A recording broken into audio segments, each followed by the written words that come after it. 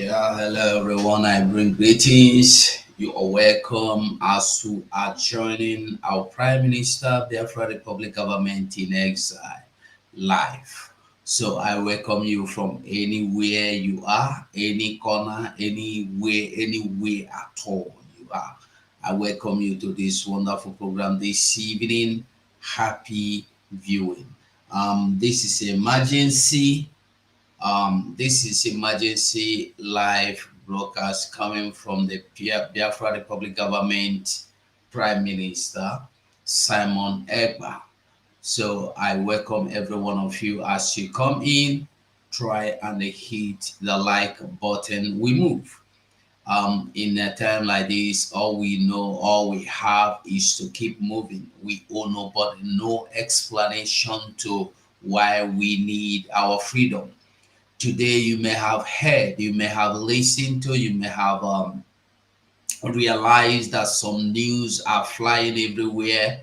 I want to tell you that this news has nothing to do. It's only that those that don't want your freedom will be turning everything they see, everything they hear negatively against you. Things are not the way they present it to you. Well, I wouldn't tell you why our prime minister will be coming live now, but I know that so many things has happened and so many things are still happening. I just want you to stay focused and stay tuned. Don't allow anybody to mislead you. Don't allow anybody to distract you. The Biafra Republic Government in Exile Prime Minister will be joining us immediately right now. So you are welcome to this wonderful program as we move, as we continue. You are welcome.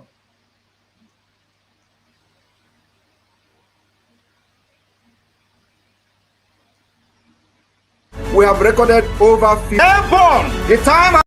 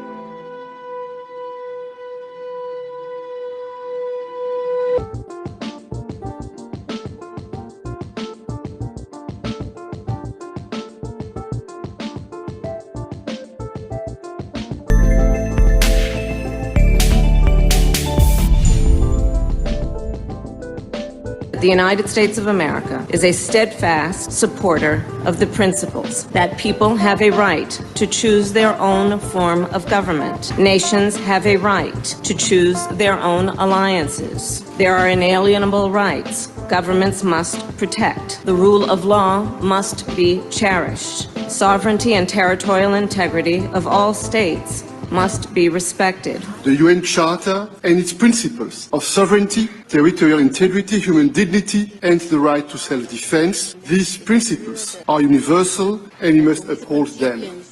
International law must be protected always and everywhere, without any ambiguity, in Ukraine, in the Middle East, and everywhere in the world. This is our global responsibility. Self-preservation must be protected at all costs. Today, the Biafra Liberation Army have neutralized dozens of these terrorists in our land. and we are proud of them. They will continue to go down. Our demand is very simple. Pull them out of Biafra land. Remove every checkpoint. If you do not dismantle all the checkpoints, they will continue to die. We will continue to excel. We will continue to deal with Nigeria, and Nigeria will never ever remain the same until Biafra exits from Nigeria. A government that uses violence will be responded with the same and equal measure of violence in self-defense. So I told them, Oh my God. care is not taken, I will turn to a beast and Biafra will come. Nigeria has no rule of law. Their rule of law is gun and bullet. And we have come to resist it. My fellow Biafrans, the world leaders made it very clear that self-preservation is a must. They use the word must. And it should be protected at all costs. At all costs.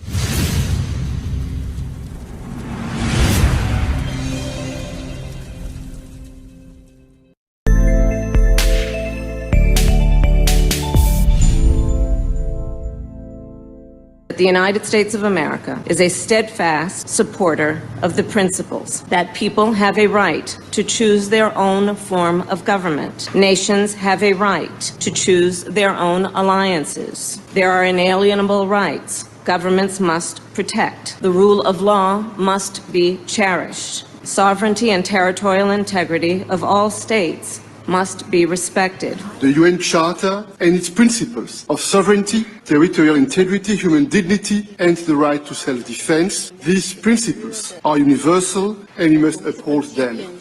International law must be protected always and everywhere, without any ambiguity, in Ukraine, in the Middle East, and everywhere in the world. This is our global responsibility. Self-preservation must be protected at all costs. Today, the Biafra Liberation Army have neutralized dozens of these terrorists in our land, and we are proud of them. They will continue to go down. Our demand is very simple. Pull them out of Biafra land. Remove every checkpoint. If you do not dismantle all the checkpoints, they will continue to die. We will continue to excel. We will continue to deal with Nigeria, and Nigeria will never ever remain the same until Biafra exits from Nigeria. A government that uses violence will be responded with the same and equal measure of violence in self-defense. So I told them, Oh my God. care is not taken, I will turn to a beast and Biafra will come. Nigeria has no rule of law. Their rule of law is gun and bullet. And we have come to resist it. My fellow Biafrans, the world leaders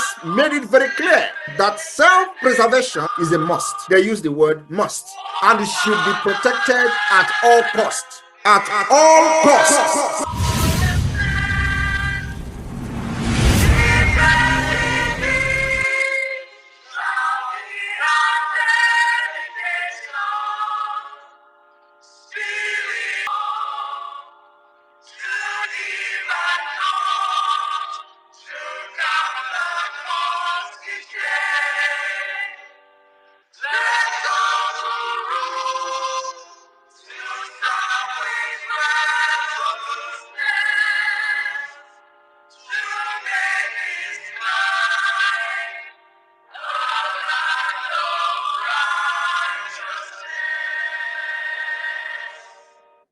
A minute silence to the fallen heroes of Biafra. The time starts now.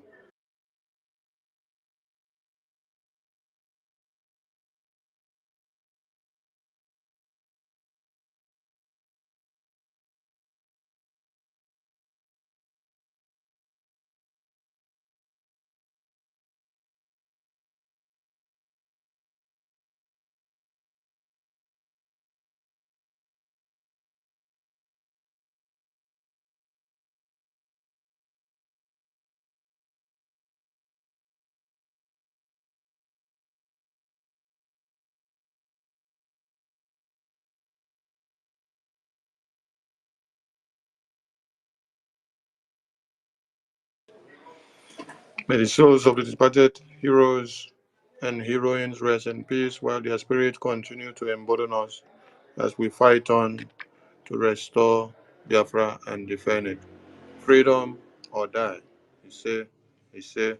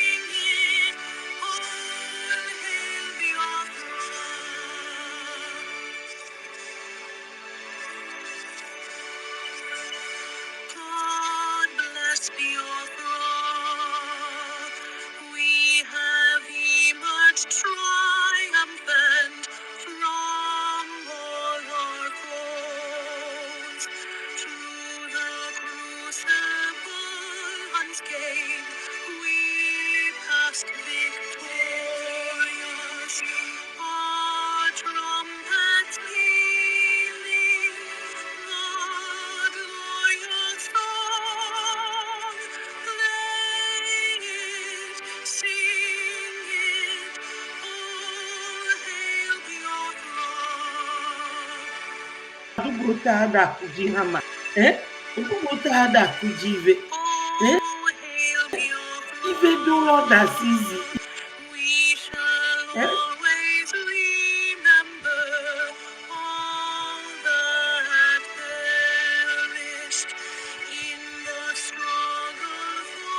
ọmọ bụ Bridget le mme moto ọgbụ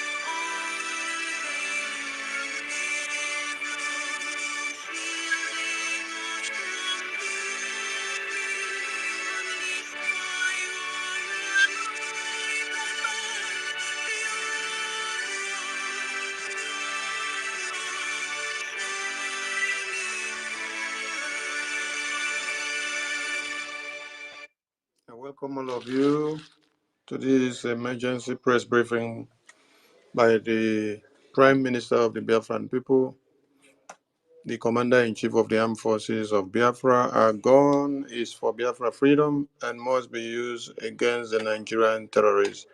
As I welcome the Prime Minister, Mazi Simon Ekpa Njoko, to the stage. Prime Minister, over to you, sir. Good evening, ladies and gentlemen. Good evening, Biafrans all over the world. Good evening, the press that have gathered here. Good evening, friends of Biafrans and lovers of freedom. I greet all of you from a location. Today's topic is we must use our gun against the Nigeria terrorists. And of course, the Declaration of Independence, Biafra. I want to encourage Biafrans all over the world to stand very, very strong. I want to encourage the Biafra Defense Forces to hold their guns very strong. And they must stand on their ground. There is only one reason you have a gun. The reason is to fight and defend the land of Biafra. The second is to make sure those who come to kill our women doesn't come again and kill and go free. The third is to make sure that our children are protected. And also, we have the reason to go to our farmland and come back without getting killed. These reasons, you must be able to make sure that your guns continue to remain in your hand, irrespective of whatever. As we are getting closer and closer to the declaration of the restoration of independence of Biafra, coming December 2nd, I want you to understand that in the coming days, there is going to be a lot of propaganda, a lot of lies, media propaganda, manipulation. You must not fall for it. You must not fall a victim of their media propaganda. Simon Ekpa is standing very strong on this planet Earth. I am marching strongly, getting stronger day by day. And I want to assure you that Simon Ekpa is not moved by any shenanigan, by any propaganda or name calling. I have decided to come this evening for this emergency space briefing to encourage Biafra people to understand that we are already at the end of the tunnel. And all you should focus on is making sure that the Biafra Defense Forces are well funded to be able to meet the challenges that is ahead of them in the coming months. I am here also to respond to the propaganda that they have been writing against the Finnish foreign minister. I want you to understand that Simon Ekpa is not breaking any law. The Biafra government in exile and both in the homeland has never broken any law. And we will continue to increase the pressure and the defense of our land brutally. Nigeria is a terrorist state, and so anybody fighting Nigeria to defend themselves must be well prepared and equipped.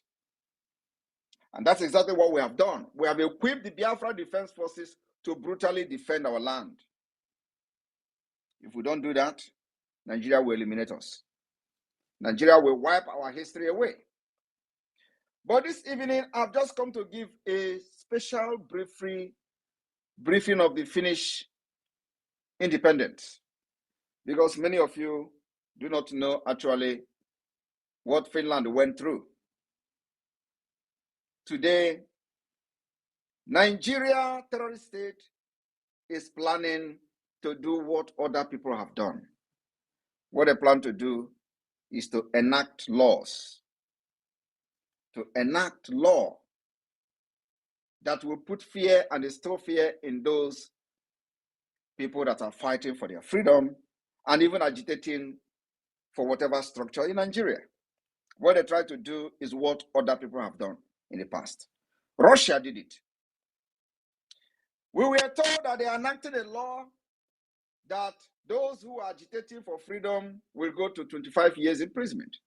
I want you to understand that it's a badge of honor. You must be very proud that you are part of the movement that have broken the camel's back.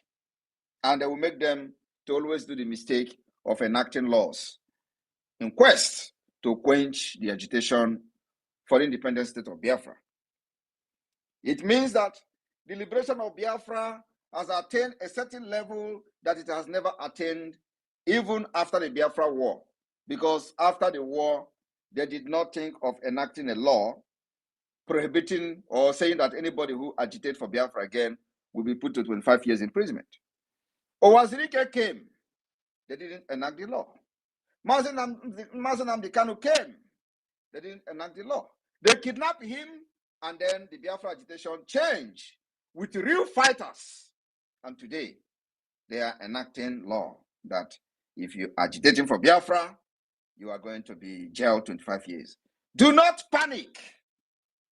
We will never allow you or allow that such law to take effect. As a matter of fact, they think that we are actually joking in the freedom fighting. The declaration of Biafra is coming. So that law has no jurisdiction over any Biafran born on this planet. It will not. Now, let me tell you something. You know, Finland declared its independence on the 6th of December, 1917. But today, I want to tell you some of the secrets and some of the stories that you were never told about Finland.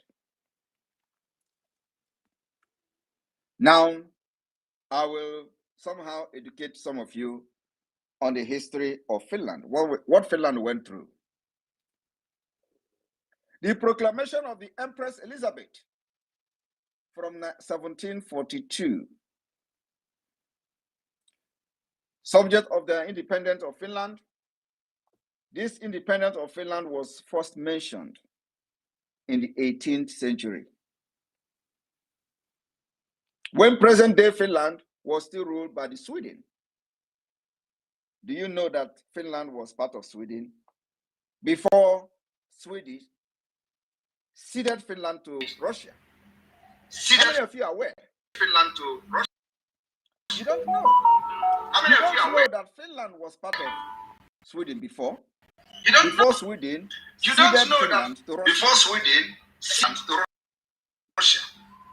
And on the 18th March, 1742, during the Russia occupation in the Russia-Swedish War, between 1741 to 1743, the Empress Elizabeth of Russia issued a proclamation in the Finnish language to the Finnish people, asking them to create a Finland which would be independent from both Sweden and Russia. in later years. This particular proclamation led to the preparation to create a kingdom of Finland in 1742.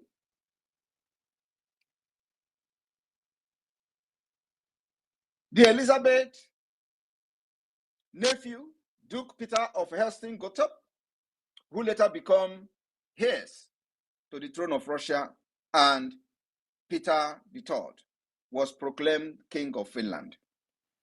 However, the political situation outgrows the idea of Finnish kingdom, and the concept quickly evaporated. I want you to pay attention.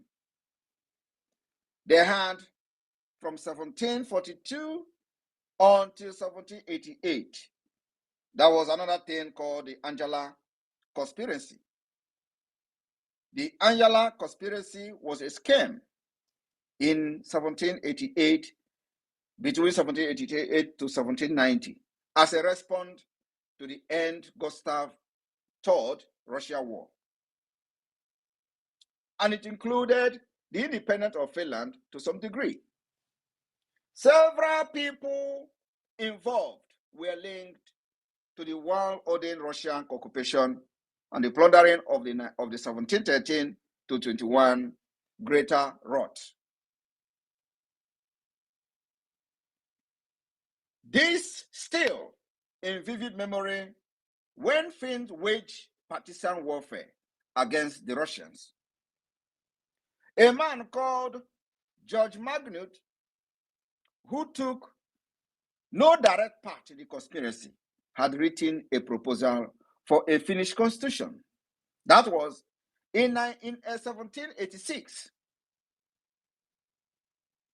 This particular person later had a role in forming the autonomous Grand Duchy of Finland within the Russian Empire. That is what we have formed today, the de facto government. Is just a replica of It is just a replica of what you know as the Grand Duchy of Finland.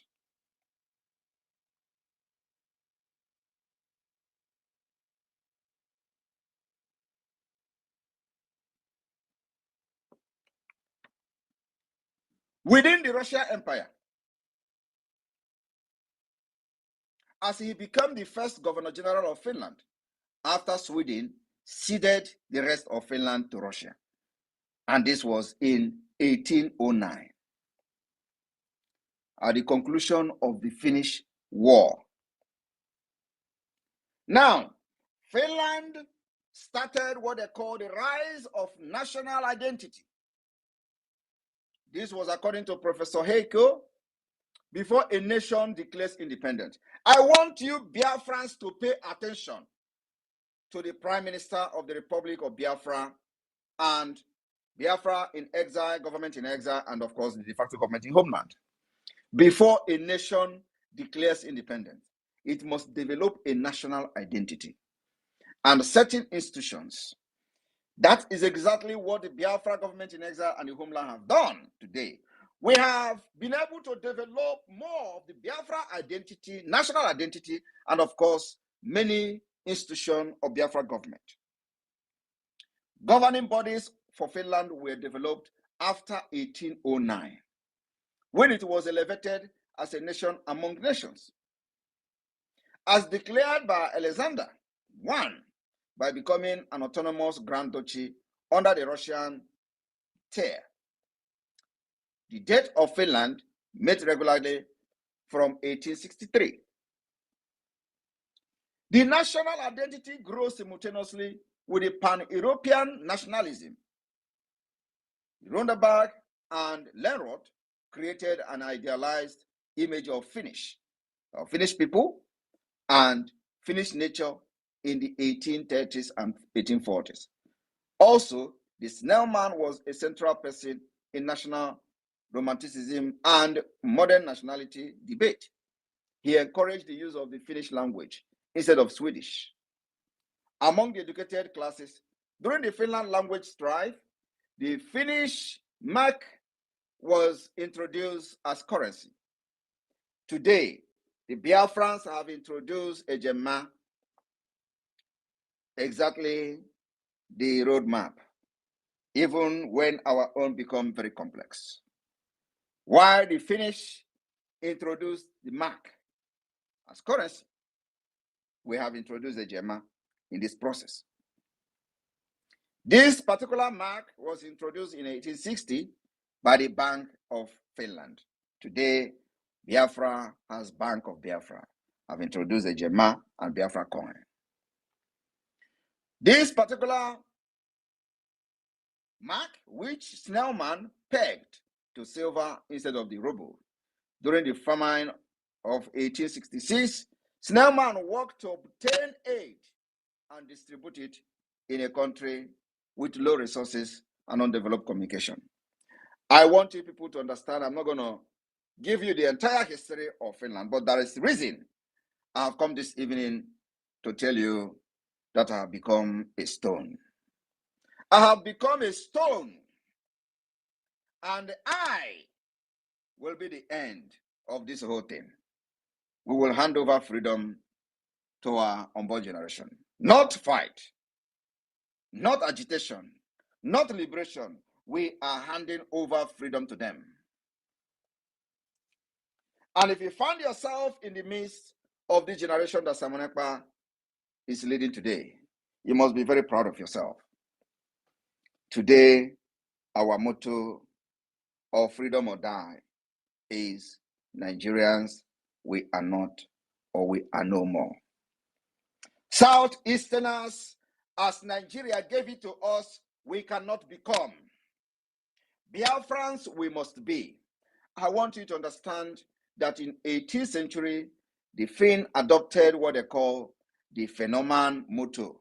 The phenomenon motto was, Swedes, we are no more. Russians, we cannot become.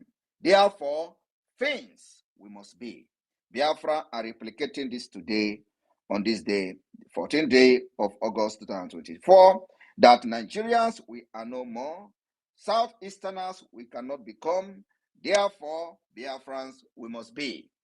It is going to go from here going forward, our freedom or die motto and slogans. My fellow Biafrans, something may shock you today to know that even from the 1917 discussion, the first period of Russification of Finland, in the 1899, with the February Manifesto, a legislative act given by Nicholas II, when Nikolai was the Governor General of Finland. As a response, the cultural address pro-Finlandia was gathered with 523,000 names. I am telling you today that Finland conducted self-referendum in the name of pro-Finlandia signatures. Today, you can call it a referendum. They gathered 523,000 names that is supporting the freedom and independence of Finland. They gathered these names, and a delegation of 500 people was sent to St. Petersburg to deliver the signature of 523,000 names. Do you understand me?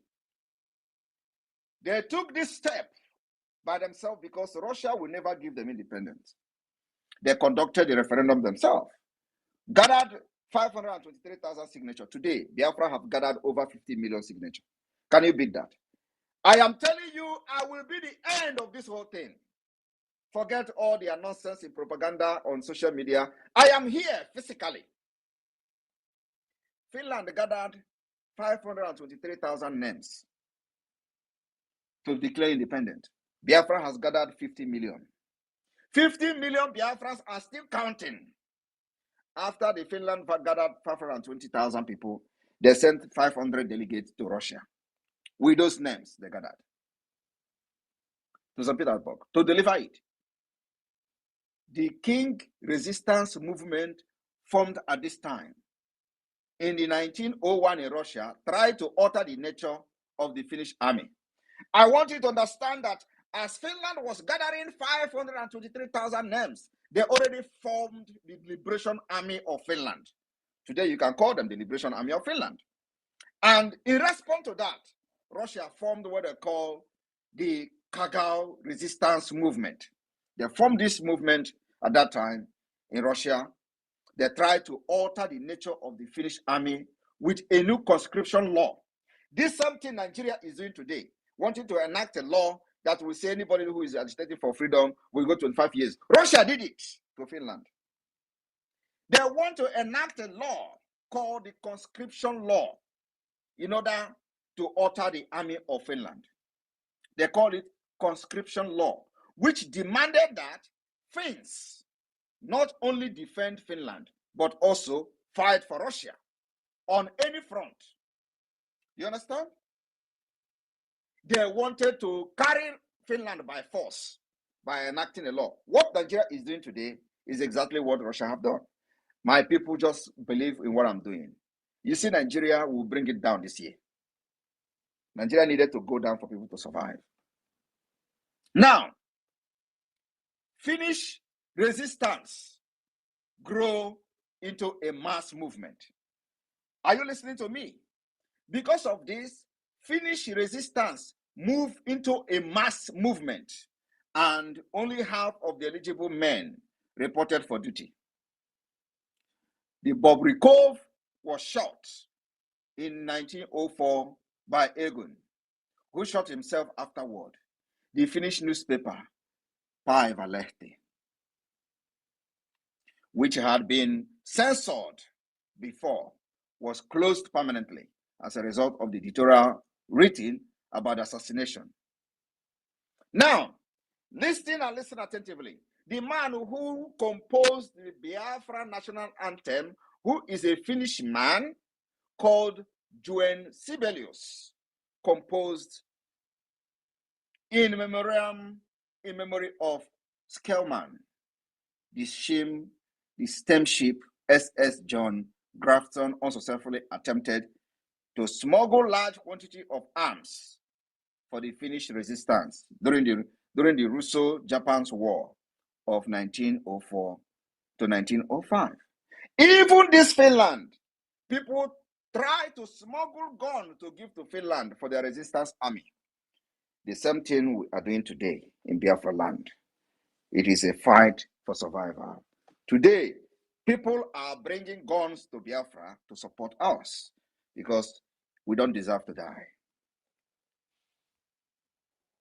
My fellow Biafrans, during the 1905 to 1908, a man called Leo formed a government and created a liberal democracy within the universal right to vote. Are you listening to me? A man called Leo Mechlin formed a government and created a liberal democracy with the universal right to vote and be elected. In 1906, the unicameral parliament of Finland was created with universal and equal suffrage. However, the power of the parliament was limited by the term from the 1908 to 1916. Now, I want everybody to pay attention. The second period of Russification of Finland.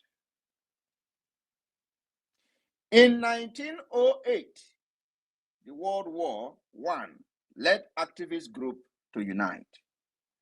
Under Franz Albert, Bobrikov, successors of the Governor General, all legislation was moved to the Russian State Duma, which then pushed for laws restricting Finnish autonomy.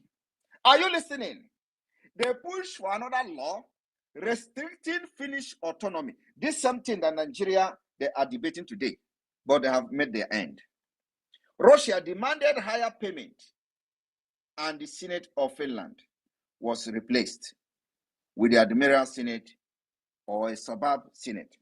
Nicholas II pushed the complete Russification, and the end of the Finnish autonomy in 1914. While Nigeria was being amalgamated forcefully, fraudulently in 1914, the end of the Russification of Finland started. The Finnish autonomy end of the Finnish autonomy started in 1914 in quest to stop Finnish freedom. But this was halted by the beginning of the First World War. The Jaguar movement was formed and sent first 200 and later 1,900 Finnish volunteers to Germany to be trained as Jaguars, a light infantry, for armed resistance. Are you listening to me? For armed resistance. The Finnish Jaguar formed 27th Jaguar Battalion. By the way, I served in the Jaguar Battalion of the Hammer Regiment in Finland. It's a historic battalion, as you're just hearing today. That was where I served in the Finnish military. The Jaguar Elite Infantry for armed resistance. The Finnish Jaguar formed the 27th Jaguar Battalion and were eventually sent to Libau to fight against Russian Empire. Sibelius composed Jaguar March lyrics written by Haig Nurmio, who served in the 27th Battalion. Now, I want all of you to understand that the February and October Revolution in 1917 ignited hope in the Grand Duchy of Finland. The revolution for Biafra hope is coming, and believe me, 1 month lockdown of the Nigeria institution is part of it. After the abduction of one of the men called Nicholas II on the March, 2nd March, just like they abducted Mazen Nnamdi Kanu, all these things you see today did not start from Biafra. They also abducted those who were also in the forefront of the freedom in Finland in those days. The Persian union between Russia and Finland lost its legal base, at least according to the view in Helsinki. Exactly how everything have lost its legal base between Biafra and Nigeria, according to Biafrans in Biafra land. The same thing was applicable to Finland. As it was the Grand Duke of Finland, just the way Mazen Nnamdi Kanu is the leader of the indigenous people of Biafra. This man called Nicholas II was the Duke, the Grand Duke of Finland. Now, when he was abducted, the negotiation began between the Russian provisional government and Finnish authorities. That led to Power Act. The resulting proposal approved by the Russian provisional government was heavily rewritten in the Finnish parliament and transformed into so-called the Power Pact. I want you people to understand that even though we are not copying what Finland did, but there are similarities in it. And the history can go on and on and on. Similarity of the step and the template we are taking today to liberate you Biafra people from Nigeria and get you independent and get you lasting peace is almost similar to the Finland pathway to freedom. Today we have broken record as a government in exile and a government in the homeland controlling the territory of Biafra. And today we have recorded 50 million. I want you to tell me anywhere in the history of this world where a government in exile and controlling a de facto government have been able to conduct a referendum, beating and smarting the evil government in the homeland and having people in millions to vote. Today we recorded over 50 million votes, and the vote still goes on till November because of the situation on ground. We made sure that everybody will be given the opportunity to participate in giving their signature on Biafra referendum. Today, we are winning, and they are running, sending assassins to Finland, sending suicide bombers to Finland. And when they fail, they run back to Finnish authority each time they see them come to Africa. My fellow Biafrans, the people you saw being interviewed as the ministers from the Nordic country did not come to Nigeria because of Simon Ekpa. They came for the African Union or ECOWAS meeting. And of course, Nigeria Islamic and Caliphate State, Nigeria terrorist state, and their nincompoop media, they will not ask relevant questions. They are always after Simon Ekpa. They went and asked the Finnish Minister of Foreign Affairs, Elena, who is a very noble woman, about Simon Ekpa.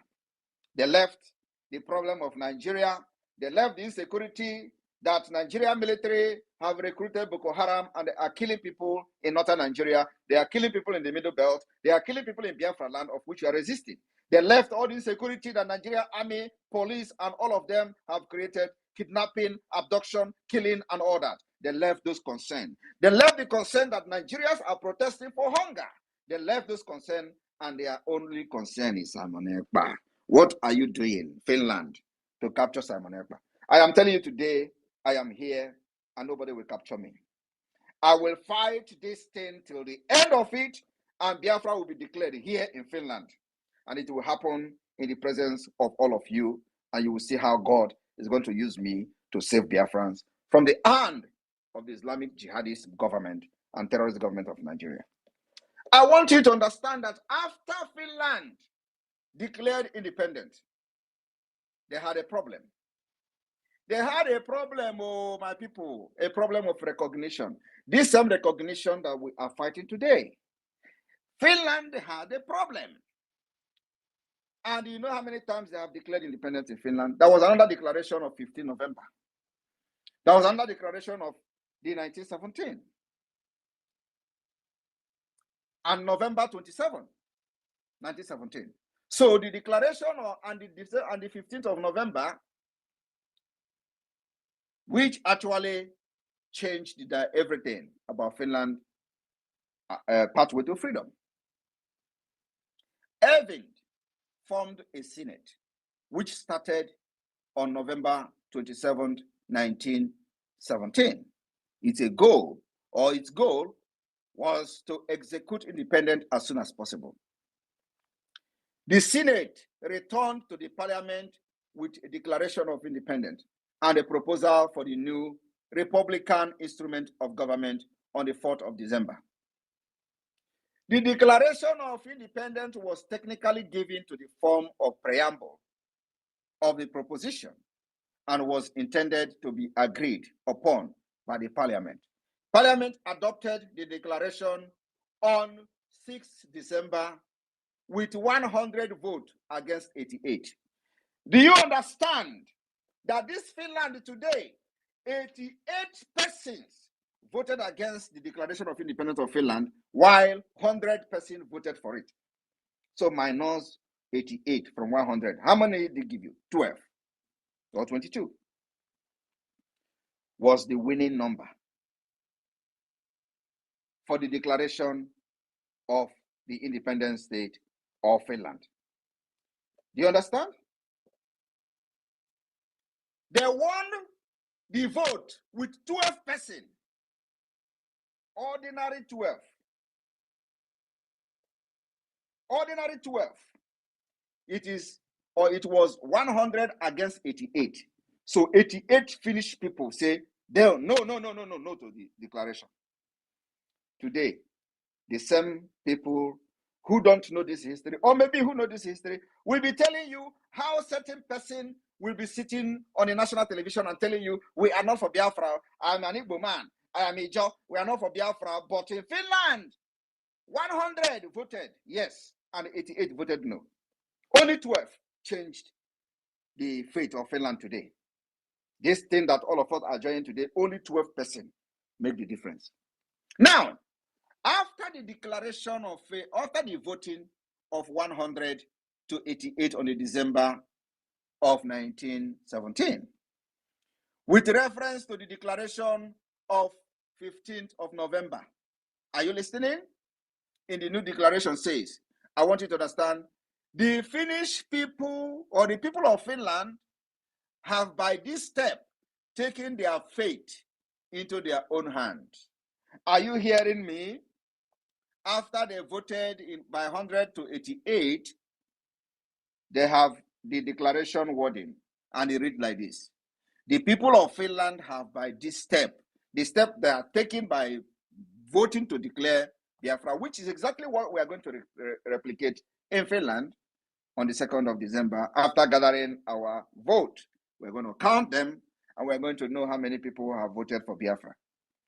Now, a step both justified and demanded by present condition.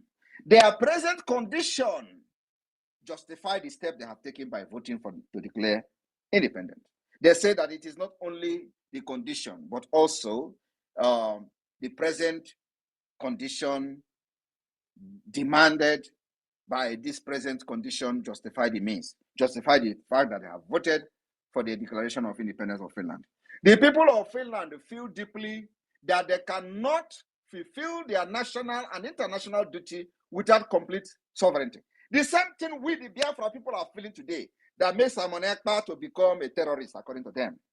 The reason why Simon Ekpa is the bad person in the eye of the enemy who have killed our people before the emergence of Simon Ekpa is because with Nigeria, Biafrans continue to be in Nigeria. We, the Biafra people, will never ever fulfill our national and international duty without a complete sovereignty of Biafra state. That is the reason why Simon Ekpa and the Biafra government is doing what we are doing today. We have every potential to become the best in the world. We cannot attain this potential under Nigeria. Apart from the security issue, apart from the killing, the annihilation, the massacre and mass murder of the Biafra people, the marginalization, we can never ever attain our national and international duty without complete sovereignty nation of Biafra. The century-old desire for freedom awaits fulfillment now. This was the word of the Declaration of Independence State of Finland. This exact thing we will do in Biafra and for Biafra and in Finland in the convention. Now, Finland's people step forward as a free nation among the other nations in the world. The people of Finland dare to confidentially await how other nations in the world recognizes that with their full independence and freedom, the people of Finland can do their best in fulfillment of those purposes that will win them a place amongst civilized people. Are you listening? Now, after the declaration of Finland, a man called the Svenskvold immediately asked Sweden, Norway, Denmark, Germany, France to recognize Finland independent. The West, however, these countries, said they would wait until the former ruler, Russia, recognized the declaration. They did not recognize Finland. They didn't recognize Finland, though. They told Svenskvold to talk to Lenin Bolshevik government of Russia. The Svenskvold was hesitant to do this. This was hesitant to even talk to the government of Russia, as he did not want to recognize the Bolshevik as the legal ruler of Russia. He don't want to contact the Russian leader then because he don't recognize him as the Russian leader. But they asked him, Germany, Denmark, Norway, Sweden, France, asked him to contact the Russian government to recognize Finland's declaration. He refused to do that. Are you listening? However, after this, besides, he thought that the Bolshevik government would probably fall soon. So he was believing that the Russian government then will fall. So the parliament decided to ask for the recognition from the Russian Constituent Assembly. Germany, which was middle of peace negotiation with Soviet Russia, pressured Finns to talk to Lenin and the Council of the People Commissioners. Svenskvold followed the advice as Finland wanted Germany's recognition as soon as possible. On December 18th, the Soviet Russian government issued a decree recognizing Finland independent. And on 2nd December to January, it was approved by the highest Soviet executive body, the All-Russian Central Executive Committee. This how meeting is told Soviet biography. Now, I want you people to understand that we are not expecting Nigeria, to agree and recognize Biafra after declaration. That's why we have guns to defend ourselves. That is going to happen. Now, they are already killing our people even before we started. They are already enacting law to jail you 25 years even before we started. So we are not expecting Nigeria to recognize our self-referendum. We're not expecting them, but we're going to approach them to that immediately after the declaration. My people of Biafra, the roadmap to Biafra freedom and independence is very clear. I don't know what is it that you do not understand on the template that Samanekpa is using. I am the pilot of this Biafra movement today. I am the pilot of the liberation of Biafra, and I am standing very strong. And I said, I will not pass this war onto our children. I will rather pass the freedom of Biafra and the freedom of speech and the freedom of association onto our unborn children. That's what I'm fighting. And this year, 2nd of December, will be the beginning of a new dawn and a new life and a path to peace, a pathway to peace and everlasting peace and everlasting peace and everlasting peace and everlasting and lasting peace in our region and within our people and within ourselves. My fellow Biafrans, I will take a few questions.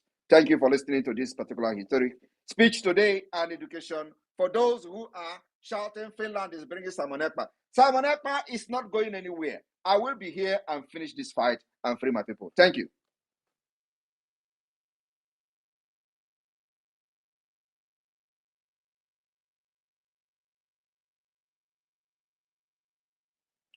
The media team, over to you, please.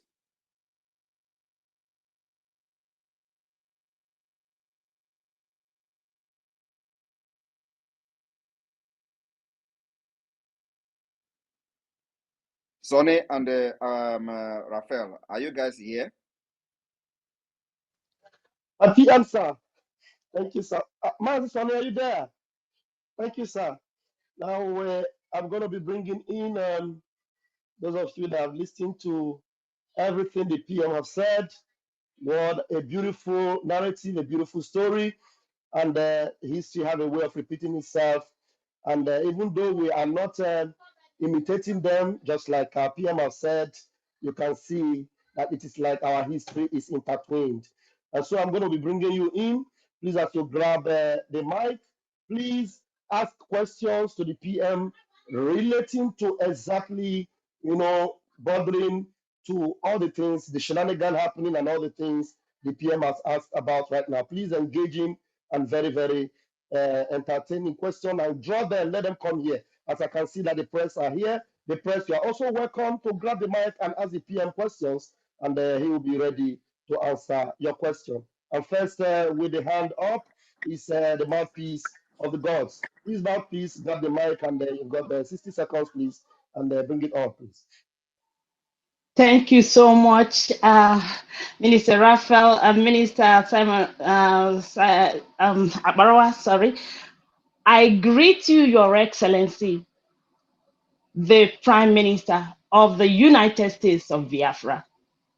It's a very big privilege to be the first person to ask you this question. It's just as well, it's what is happening today all over the social media. So I just want to know how you feel. So it goes like this. Is it that Nigeria didn't research about Finland, or some people are somewhere pushing Nigeria to dig their grave by this propaganda against Finland after they could not succeed in bribing Finland to repatriate you? Or is it that the gods of Biafra hardening their hearts so that they will be indeed buried like the Pharaoh of the old. I yield. Thank you. That's my question. Thank you very much. Everything is happening according to how God have designed the history. If there is no this shenanigan, the history will not be very good when our children will be reading about it in the school. So this is something that is bound to, all these propagandas are bound to happen so that we will have it in the history. Remember that in Biafra, we are going to have a history, including even history that may not have anything to do with us. We will have those history and our children will read the history to know, so that we know how to solve problems in the future and whatever the problems that might come across them. So we're going to have history in our school. So what is happening today is going to be part of the history. One thing is that I don't need to talk too much. Finland can never ever repatriate Simon Ekpa. Never. Not in this world, not in the next world. Thank you. Thank you so much, Your Excellency. You made my day. Freedom, or they will all die. Thank you. I yield. Thank you, mouthpiece of the gods. Thank you. Wow, that is affirmative and that is authoritative. And those of you that are doing playing hide and seek, we are Finland and Finland is us. Ngwanu, all set to go. All right, let's move. Truth view, please. Bring up your question, please. Grab the mic. Is someone speaking? Because I can't hear anything. Yeah, Sonny, maybe you may have to go out and come in Hello? again. Ralph, are Hello? you speaking? Yeah, go Good ahead, please. evening. Go ahead. Good evening, dear friends. Good evening, my PM. Ịkpọrọ akpọ, ịkajara akaja. In the words of Master Prophet, ịkara karịa ụva nkarị. People have been disturbing. Uh, please send this to PM. Please send this to this. Oh, look at Nigerian government wants to repatriate Simon Ekpa. I told them no. This man that you see is God sent. Forget about propaganda and any other thing. And according to their 25 years, let me tell Biafra people, 25 years to jail people. What about the people that they have killed? They have been killing us and they are putting 25 years to jail us so that we stop Biafra. Does that make any sense? It's not a law. You have killed us and because of it, we move for this very freedom. So jailing us doesn't make any sense. It is either freedom or freedom. So my PM, my question this evening is, what are we going to do, begin now to do, to disable in our midst, because they are many? Or can we fold our hands till Biafra come before we deal with them? Because it is our own people who are selling us out. This law that they are saying that they are taking out to the National Assembly, the zoo government, we have the people who said that they are representing us, even though that they are not representing us, they force themselves to represent us. Let me tell you one thing. Leave internal issues to internal issues and the public issues to public issues. Leave Caesar what belongs to Caesar and give to God what belongs to God. Thank you. Thank you, my PM. Thank you. That's all right, please. All right. Thank you very much, Truth View. Thank you very much. All right. The next person whose hand is up, let us invite Yoma. Please, 60 seconds. Make it count, please. Hello, my PM. Good afternoon. I don't have any question to ask you. I don't have any question at all to ask you. I just want to thank you for everything you are doing for us. I want to thank you. And I want to pray that Chukwu Okike Abiama, we continue to protect you. Chukwu Okike Abiama, we continue to stand for you. Anywhere they are gathering against you, any plan that they are making against you, it will backfire upon them, upon their family, upon their generations. Anybody that said that Biafrans should not rest, only to kill them until you come out. Until you came, I know a woman that was killed in uh, uh, 3 years ago inside her farm with her house girl. The Fulani, they killed her, they butchered them. Nobody said something. Nobody found them. Today you are here. You are here to protect your people. We have died enough. We have died enough. Thank you very much, sir. God bless you. Thank you. Thank you, Wanyama. Thank you. Please, I would expect. Okay, PM is saying something. No, I didn't say anything. I just wanted to thank her. Okay, sir. Please, I would expect that. I know Wanyama is very happy and I want to appreciate PM.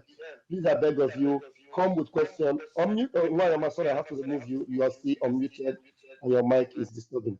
Please come with questions. As you are raising your hand, it means you want to ask questions. If you want to appreciate the PM, just wait when we get to the town hall meetings, of which you know that there is always a town hall meeting every weekend. The PM is moving from country to country, visiting countries. If he doesn't come to your country, join him in the town halls in other countries and appreciate and throw accolades. Let's use this medium to ask very engaging questions. The PM is here for that reason. Please, I would expect that the press should even come up. All those that have found it difficult. I saw some Islamic names here before. They just wait to listen, and after they finish listening, they run away. Well, it's good that you have gotten inundated with all this information. But those of us that are here, let's ask questions, and the DPM will appreciate it if the question is very engaging. Thank you very much. I bring you to the microphone, Rage and Fury. Please unmute yourself. Okay, all right. Thank you very much, my dear brother, Pastor Van Vava. Mike, hope I'm coming out, sir. Loud and clear, please go ahead. All right, thank you very much. Greetings to all of you, great Biafrans all over the world. And my Prime Minister, His Excellency Simon Ekpa. Greetings from Isoko and Urubu, Biafra land. We are Biafrans, and Biafra we must be. You understand? So the truth is that the fight for Biafra is a fight between light and darkness, and no matter how strong darkness is, it cannot overpower or win light. At the end of the day, we are going to win. So before I ask my question, I will just sing this song again, sir, to you. Arowete webiro ye, arowete webesaito, aso wisagbanye berowe, kema wore biafrera borano, aberio wirinyu wogbe bilogele, kemewe grete saire Simon Ekpa. Thank you very much for the great work you are doing for us, sir. My question is that where I come from in Biafra land, that is the south part of Biafra, where they call the coastal region, where they call Niger Delta today, which is not our name. Niger Delta is not Isoko name, it's not Urobo name. South is not Isoko name, it's not Urobo name. And that area, sir, the kind of degradation, it's kind of waterlogged area. I don't know. What is the possibility that area could be developed when we get Biafra? That is my question, sir.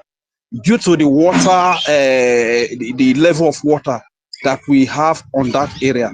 That's just my question. Thank you. I am telling you, the promise I'm giving you is that we'll make sure that that area is even more beautiful than Dubai. Do you see Dubai? You're not responding. There's a question to you. Did you see Dubai? Rage and Fury.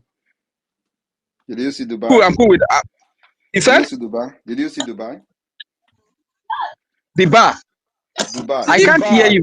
Did you see No. Dubai? You don't see Dubai. You don't see Dubai on the internet. The pictures coming from Dubai where they have the okay, yes. That's exactly how those areas will look like in the next 10 years. 10 years after Biafra has been recognized, you will see that. And I want you to understand that we have prototype of Biafra cities by cities, depending on the density and the land, the type of land in different states. So we are not here to be like all these African countries, nonsense African countries that the only thing they do is to do corruption and all that. So Biafra is going to give a mandate to every confederating state. If you don't meet up with the system of government that the central government want, you will be assigned with legal guardian kind of structure. So Those areas you see will be the most beautiful place in Biafra. And I envy those who live in swamp area, because the swamp will be turned to something else. So those who are living in the swamp, find themselves in the swamp area, will witness the highest development. Thank you. Wow. Wow. This is awesome. So those of you in those swampy areas, rejoice, because even the PM is envying you for the beauty. If the Italians could build Venice, if the Dutch could build Amsterdam, why not? Why can't we replicate same cities built on top of water? Thank you, my PM, Airborne. And now, very quickly, we want to give the microphone to Adandem Bunandegede. Adadirama, please quickly bring up your engagement to the PM, please. Abatobie! Njaka mmiri. Ịmụtazikwala ịbata na Twitter. Abatobie, were ihe ọzọ ka nne. Ka ngụgodulu abatobie egwu. Ọ na-eme ihe Ihe na-adịghị na-adịghị ekwe ekwe omume. omume. Ọ na-eme ihe na-adịghị ekwe omume. Ọ na-eme ihe na-adịghị ekwe omume. Ihe na-adịghị ekwe omume. Ihe na-adịghị ekwe omume ka a na-eme. Ukolo mmụọ ọifiwu. Ọbata obie mma ajụ gị ajụjụ. Ajụjụ m wụ, one anyị edikria ihe restore Biafra na 2nd of December. O nwere okwu our leader Maazị Nnamdi Kanu kwuru sị, gwara anyị nwawo ụmụ Biafra, anyị ji withdraw ego anyị dị na bank ka ihe mere anyị mgbe agha hafụ ime anyị ọzọ. Biko, ọ dị ụzọ ajụjụ na-abụ.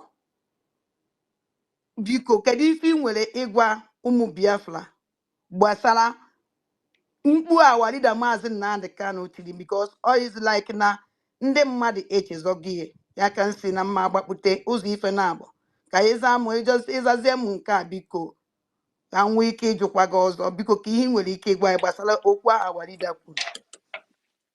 Thank you very much. We have provided alternative to our people in the banking and finance. We have the Biafra coin, which we believe that I'm not asking you to withdraw all your money from the Nigeria account, but you can withdraw. You can change, the major part of your money to Biafra coin, or even to dollar, or or having a foreign account and all that, because anything can happen.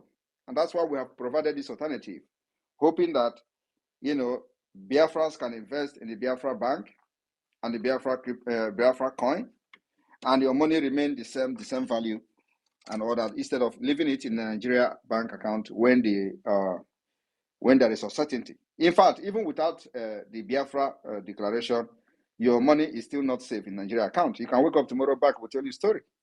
We have heard of the other bank. What is the name again? One of the bank that closed, and people could not even get their money, right? And that's the end. There is nothing you can do. So, and especially the Biafra people, we have always been a target, of this kind of systematic economic jihad against our people. So it is very advisable that those of you who are into business, put your money in your business. Don't bank it in Nigeria bank. And of course, because we are also looking forward to opening Biafra Bank.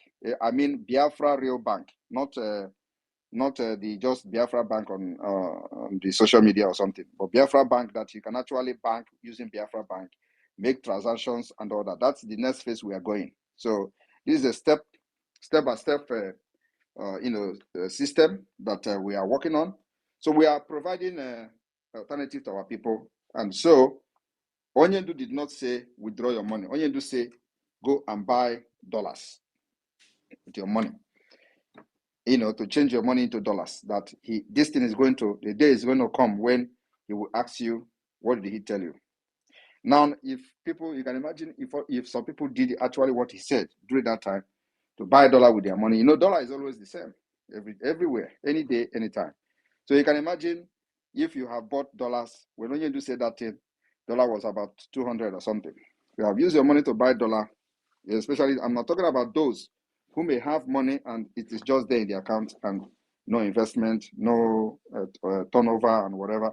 The money is just there. But now, you must have made millions and your money is still safe. So, but many people didn't do that. Many people did it. So we are still calling them again that yes, as we are declaring Biafra, remember that the currency committee of Biafra is still working tirelessly to provide us with our Biafra currency, different note, denomination, and all that. They are working very hard to do that, but that takes time. So as we are working on having the Biafra bank, what we are expecting to do is to start with the online banking. The online banking that you can have access to do transaction, buying and selling with the Biafra bank card, and it's going to be online banking. And of course, we are doing this to provide alternatives to our people pending the recognition of the Biafra as a nation. As you can see, when I was educating our people today about Finland, you see, the recognition doesn't come very easy. Even now that we are seeking for recognition without even declaration, we have been writing and seeking recognition of many countries. But of course, no country is going to recognize you when you have not even declared your independence. But now we are having that particular structure, having the self-referendum, the result, announcing the result, and then moving forward from that to the declaration of Biafra. And then from there, we start seeking the recognition from the UN and other countries and other, which is not going to come very easily because, everybody is going to be doing their political correctness. But our activities in making sure that Nigeria leave our territory will be the determinant how and when, how fast this recognition will come and when. So it depends on us and all of you that are supporting this freedom. After this 2nd of December, what we are going to be doing in Biafra land will determine whether the recognition will come fast or slow. So yes, the answer to your question is that you can invest in a Biafra coin to save your money so you don't lose them. Because Naira, even if they don't close the account, at the end of the day, you lose the value. And when you start to invest the money by buying some kind of things, using the Biafra coin or USDT, it doesn't have value. The value have depreciated and everything is gone. So it has become worthless. So the best thing is if you have money, you invest in Biafra coin and the value remains the same till declaration and after declaration, and even till restore Biafra and Biafra is recognized. Thank you. Thank you very much, Obatobie. My second question, ọ na-agakwa side ya. Otu a eme restore Biafra na 2nd of December. Kedu ife ị nwere ike ịgwa ndị be anyị because of in terms of food, because restore Biafra 2nd of December, ndị Fulani can do anything with iwe punish ndị be anyị. Ya ka m na-ajụ, ọ dị necessary our people ibido kịta na stock nri na-adị njikere adịka ama. Thank you, Obatobie. There is nothing like a stock. We don't even need the Fulani. The needy Fulani is bringing a lot of health issues to our people. It's bringing this, liver problem, kidney problem, heart problem, and other. You don't know if you go and check an average person today have a heart problem. This is what I'm telling you now is a fact. The point is that many people don't even go to hospital. They don't go to do checkup. Average person in Nigeria today have heart problem. Where is it coming from? From all those nonsense food they are bringing from Fulani land, from the north. Majority of them. Because you don't know the content of those things. Those nonsense meat they eat and all that contribute to the health issues they are having everywhere. You see somebody who is just 20 something years is having heart issue. You see somebody who is not smoking, is not drinking, but it has a heart issue. So you don't ask where is that thing coming from? Why are people having heart issues? In those days when we were small, before you hear somebody have heart issue, the person is a rich person. They say it's a rich people sickness. But today, 30 years, I have a heart issue because of the food, chemicals in the food they eat. And most of this food, they don't eat it. Have you seen any Fulani eating their cow meat? I want everyone listening to me, to pay attention to what I'm saying. Go to where they kill this meat, this cow meat, and see if they eat it. They don't eat it. So why are they eating? Why are they selling it to you? Why are you eating it? So if they don't eat it, then can they tell you the reason why are they not eating it and they are selling it to you to eat? But if you have seen where they are eating that meat, please, then that means I'm wrong. But if in case some of you don't know and you're still there in Nigeria and in Biafra land today, go to their market and ask them, why are they not eating the meat? And if they tell you they are eating it, buy one and give to them. Let them eat it in your presence. And then you know I'm lying. Thank you.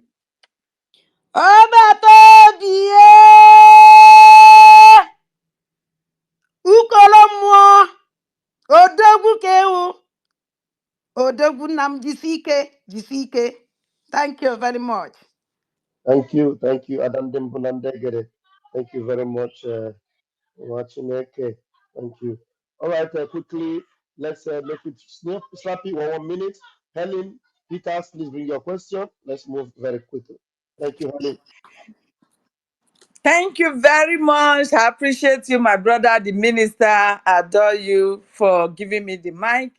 I appreciate every Biafran here present this evening, listening to our Prime Minister that I am so proud of. Prime Minister, you did not know what you have just done. Calling for this emergency meeting, you did not know what you have just done.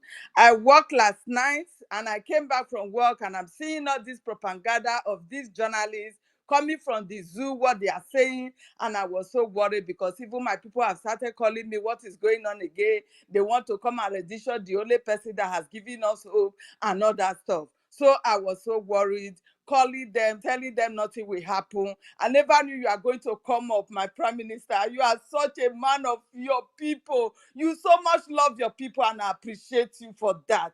I thank you very much because you have healed the wounds of the people that were worried about what is going on with the propaganda of the zoo. They were so worried. Thank you very much. I really appreciate you for you to come and rescue us. God bless you, sir. You are the Leviathan of our time that want to destroy the zoo, and the zoo will totally be collapsed and we will have our freedom. So, sir, my question goes like this.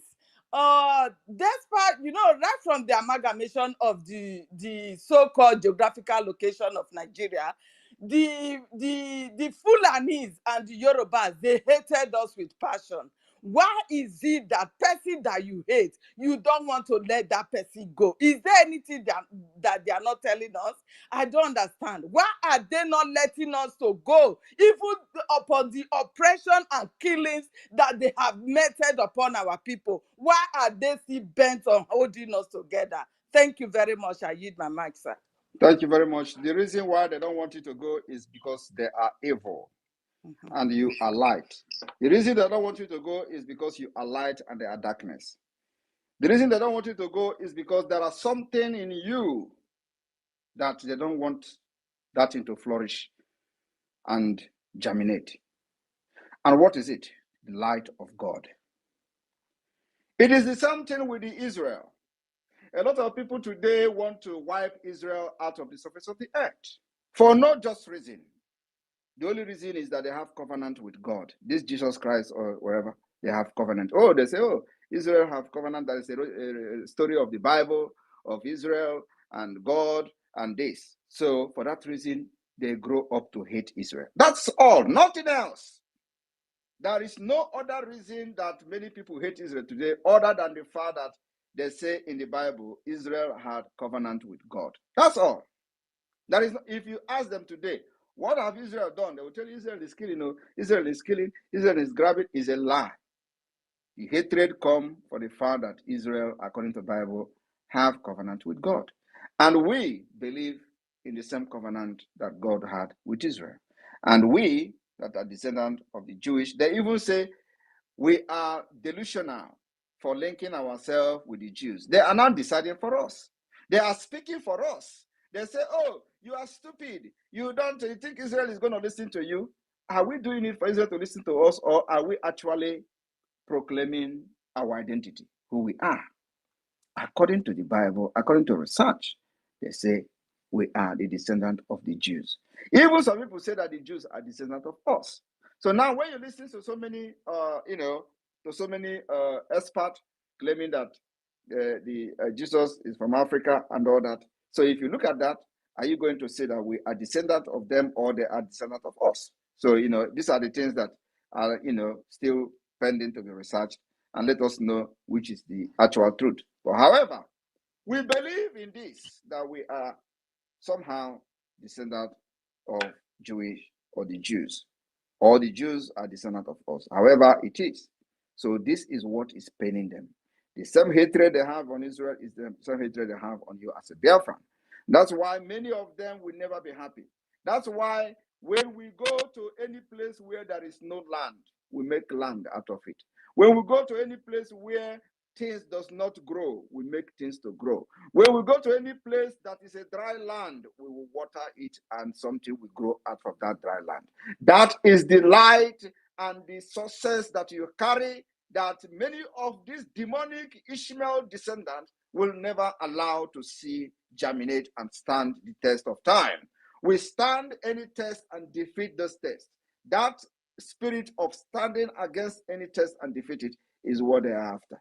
My brother and my sister, I'm telling you today, why every other person are hungry in Nigeria, only the Biafra people are not hungry. Even if they are hungry, they're not going to tell you. So what is the secret? That secret is what they are fighting.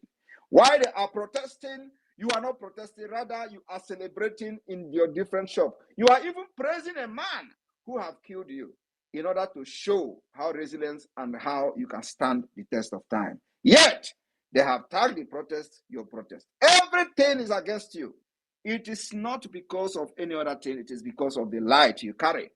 And that light is the light that will turn Biafra land into Dubai. That is the reason we are doing what we are doing today. That is the reason we have defeated them. That is the reason I am very far away, 1,000 miles ahead of these demons, that they will come to Finland for the 5th time to attack Samonapa. They went back shamelessly. And they will come again, we will still defeat them until we capture 1 or 2 of them and use them to show example. In the coming months, from now to December, it's going to be a very interesting time.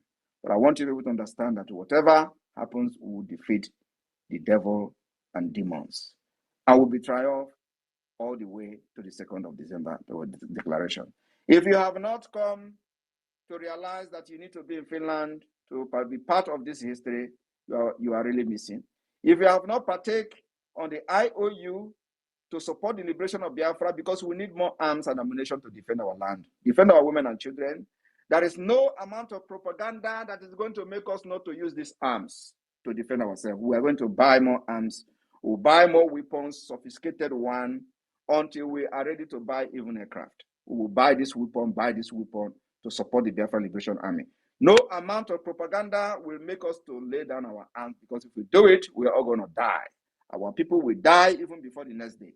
So Biafra must understand that this particular liberation of Biafra, the Biafra Defense Forces, you must fund them in order to remain alive. Thank you. Thank you so much, my Prime Minister. Thank you, our beloved Helen, for that question. We have made our Prime Minister answer very, very broadly, so everyone that are in doubt will have that confidence. Thank you very much. All right, we'll move.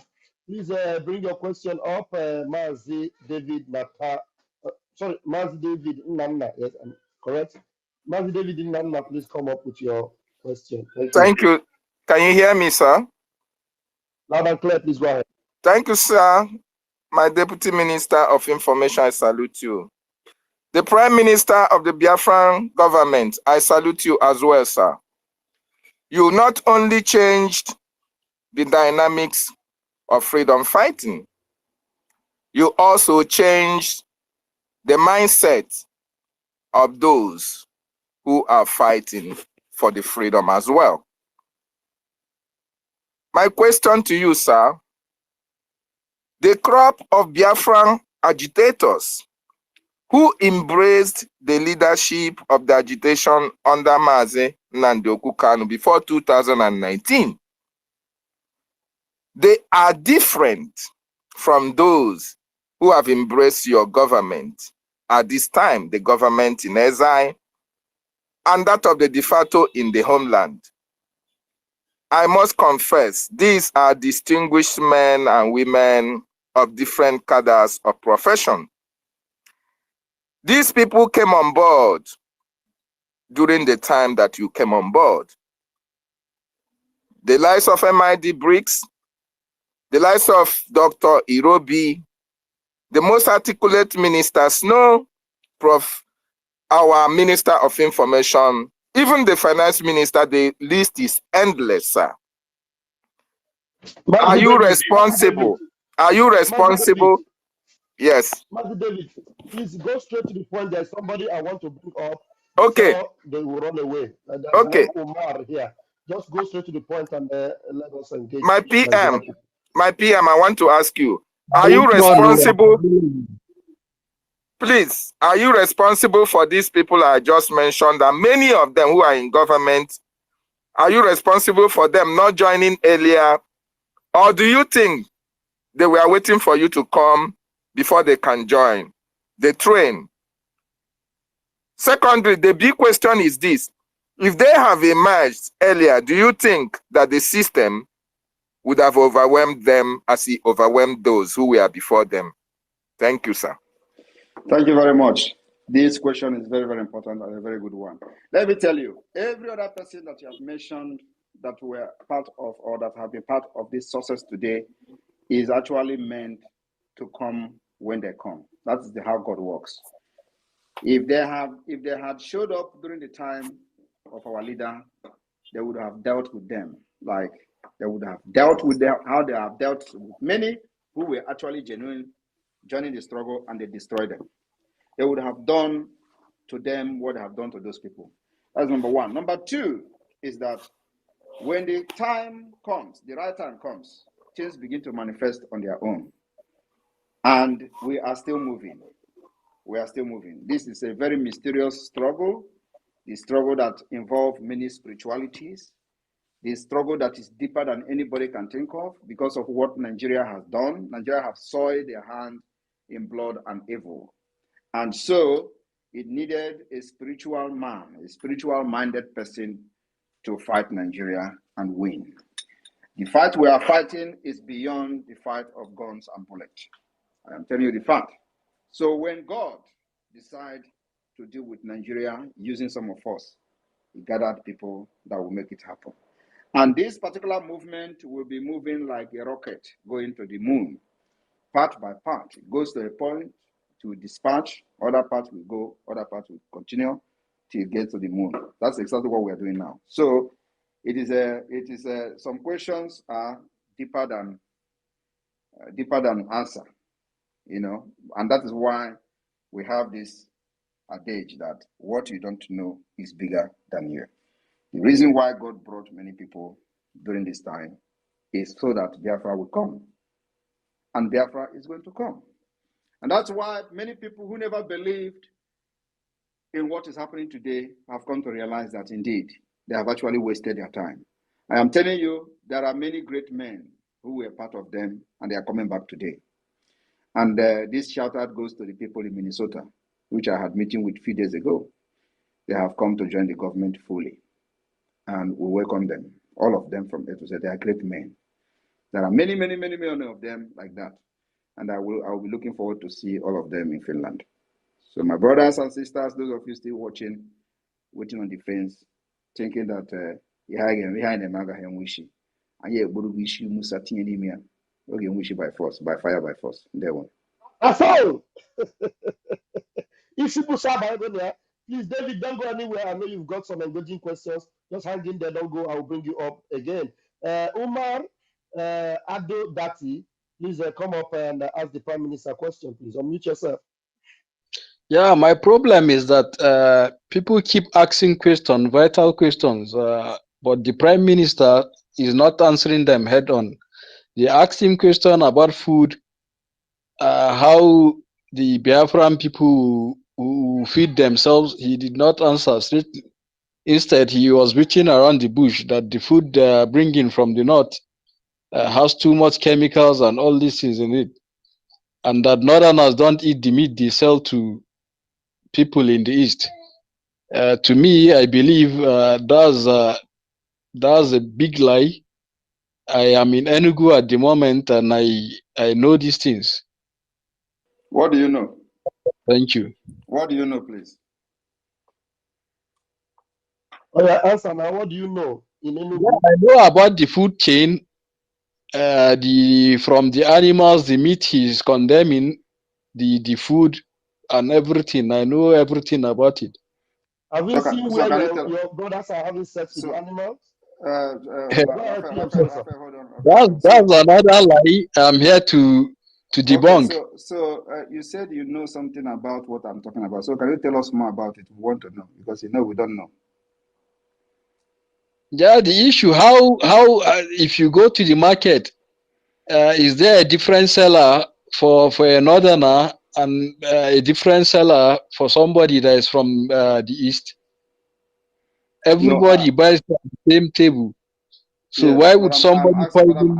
I am asking you, what is it that you know that we don't know? You said that you know about what I'm talking about. So can you tell us about it? It's just about the lies and that the food from the north is being poisoned and all. So that's what I know that is not true. Nobody is poisoning any food. Nobody is poisoning any food. Who talk about poison? The issue of heart problem you spoke about, the chemicals you spoke about, is that not poison? Okay, so how exactly how did I say it? I didn't get that. How did I say it? You said I talk about heart problems. So can you explain what I said during the time I You was said speaking? the main cause is the food they eat. When we all know that it comes from alcohol and other lifestyle you guys do down east. Oh, the heart problem come from alcohol. Yes. Who told you that? Who told me that? I know. You know, are you a doctor? I'm not a doctor, but I Okay. know. Do you eat nama? Yes, I eat meat every day. Of course, I'm not asking if you eat meat. Do you eat nama? Nama is meat in Hausa. It is not only meat. Nama is not the only meat we have. There are many meats. If you can eat meat, but do you eat nama? That is my question. I am telling you what nama means in Hausa, and you are here disputing. Do you understand Hausa? Okay. Do you eat Fulani cow? All the cows come from Fulani, so nama All the cow don't come from Fulani. Do you eat Fulani cow? We have Igbo cow too. Okay, I don't know about that. All I know is the cows So that. my question is, do you eat Fulani cow? Yes, I eat it. Of course, you know you like to yourself, but that is by the way. I'm not here to tell you to agree. But one, I want to tell you one thing. You see, there are some lies that many of you have told for many years, and when we allow it, it becomes it look as if it is true. You cannot say that we are relying on your food. We don't rely on your food. In Biafra land, every state have the food they specialize on. But the problem we have are the animals that they are bringing from the northern Nigeria. And we are going to eradicate that. But We are you going to said stop. Igbo Can have I cow. can I talk? Can I talk, please? I was asking you a question and I expect you to make some explanation. You did not do that.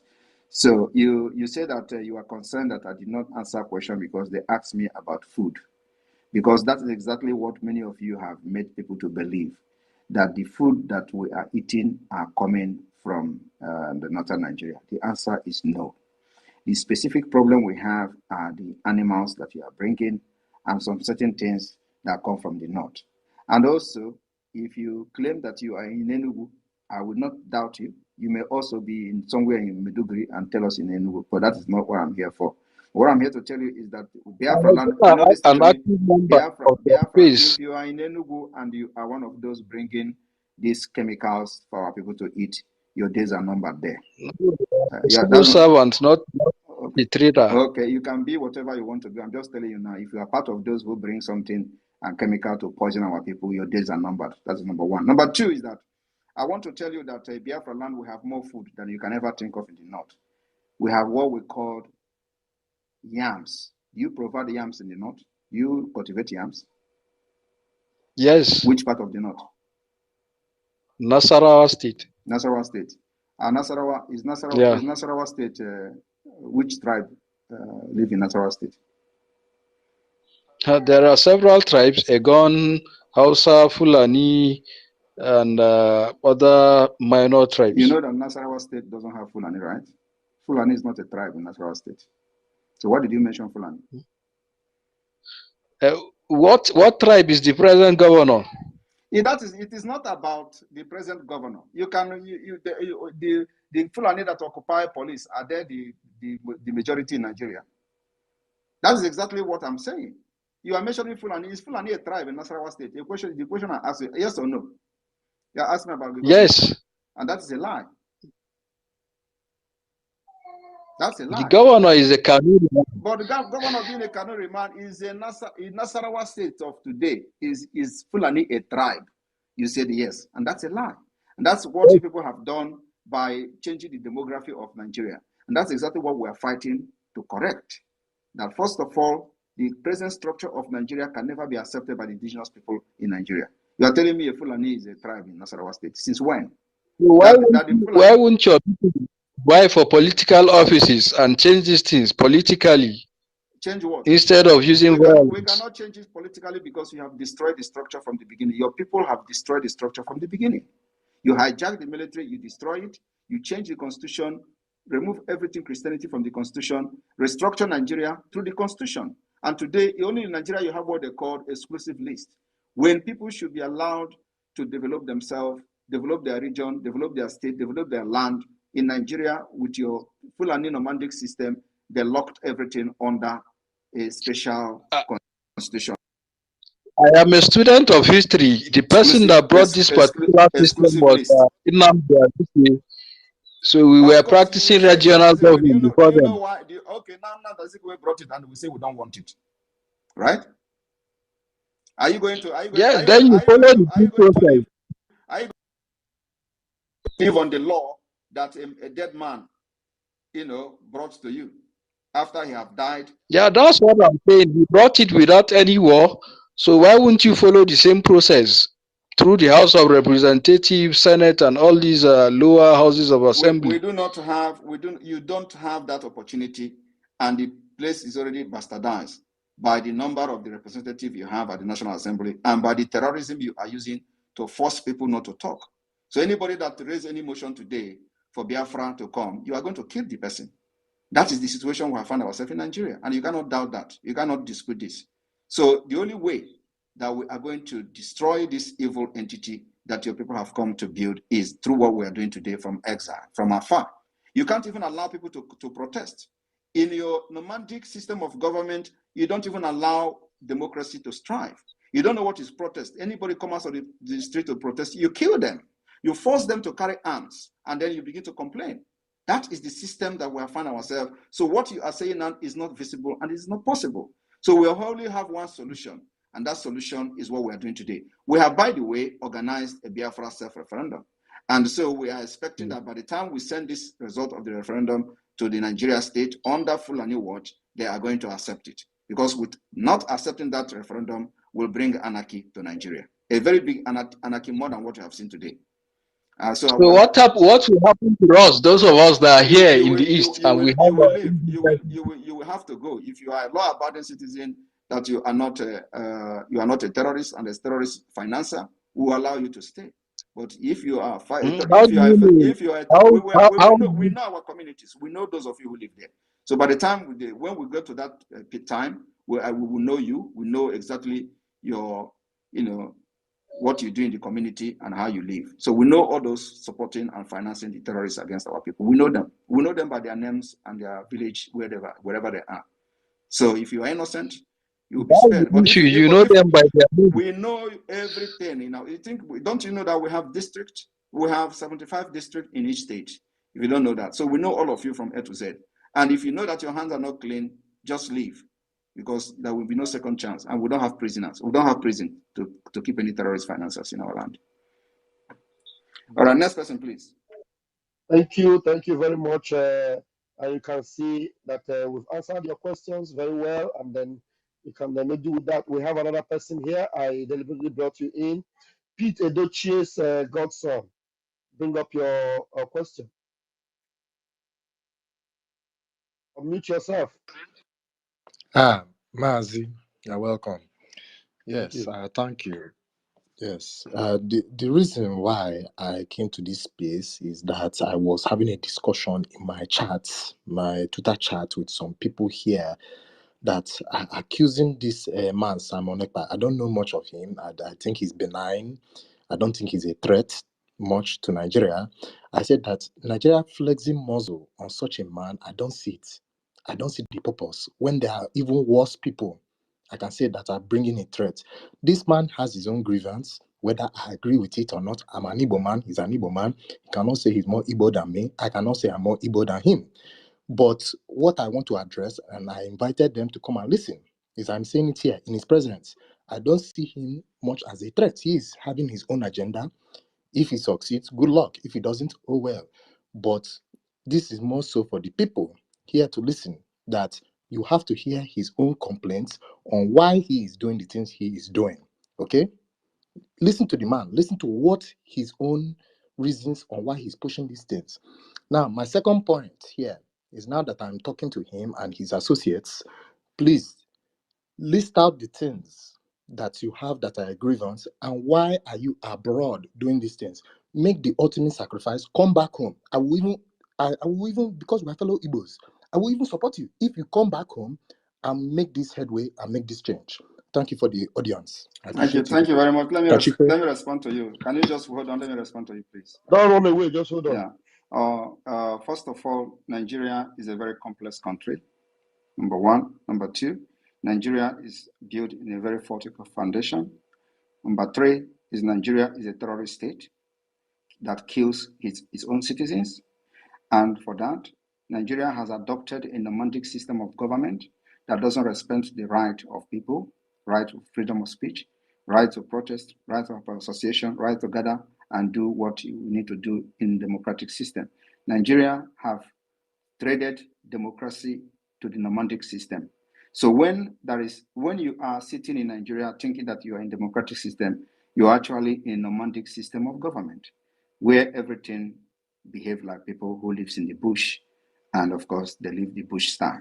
So that's the reason why many of us have adopted the new method of freedom fighting from the exile.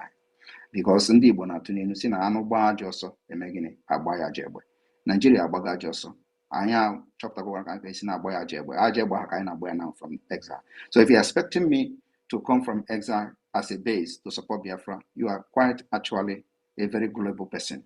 Because I am already in exile and people are listening to me and they know that what I'm doing is right. You may not agree with them, but that does not mean that the governor is not respecting the order we are giving from here. And also, I have men there who are cabinet members of the Biafra de facto government under my watch, under my leadership. Those people represent me. So I don't know why I will have somebody carrying gun in Nigeria, in Biafra land, and then your concern is for me to come. You have not finished dealing with the people that are in the Biafra Defense Forces. You're looking for me. Do deal with them. They are there voluntarily fighting for the freedom of our people. Why are you looking for me? As if I'm throwing bomb from here. People are there fighting and defending our land, making sure that our people are not getting killed like they are killing them in other part of Nigeria. And your concern is for me to come to Nigeria to do what? I choose how I fight. You don't dictate for me. And the way I fight is to fight from exile. Is that a problem? Are you going to kill our people and then come to teach me what to do? No. You have done your part. Your part is to kill my people, and my own part is to fight you the way I want. And that's exactly what I'm doing. And I will fight Nigeria and finish Nigeria from exile. If no other person have done it before, I am laying the precedence. Thank you. Wow. Anakwụkwọ aka ebe a dị, anakwụdịkwa aka. Thank you, my Prime Minister. And I'm sure Peter Doche got have something to take home. Lots of them are here, and another one here. Please grab the mic. Ozone Man, unmute yourself, please. Ozone Man, unmute yourself, please. Ozone Man, are you there? Are you ready to ask a question? Seems like he's not ready. Okay, I'll leave that. We have a Smile Africa. Smile Africa, unmute yourself, please. Okay, thank you, PM, for this opportunity. My question goes like this. The Biafra declaration on the 2nd of December, I want to know if it's only for the southeast or both the whole south and southeast, because most protests are being done on southeast. So that's my question. Thank you for the time.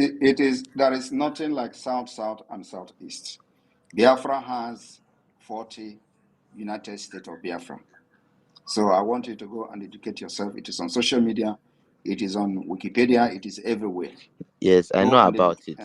so that's exactly, so the state you see are Biafra state. You can now check which of the, well, whatever you mean by South South or South East. We don't agree with that Okay, South South or South East. because It's fake.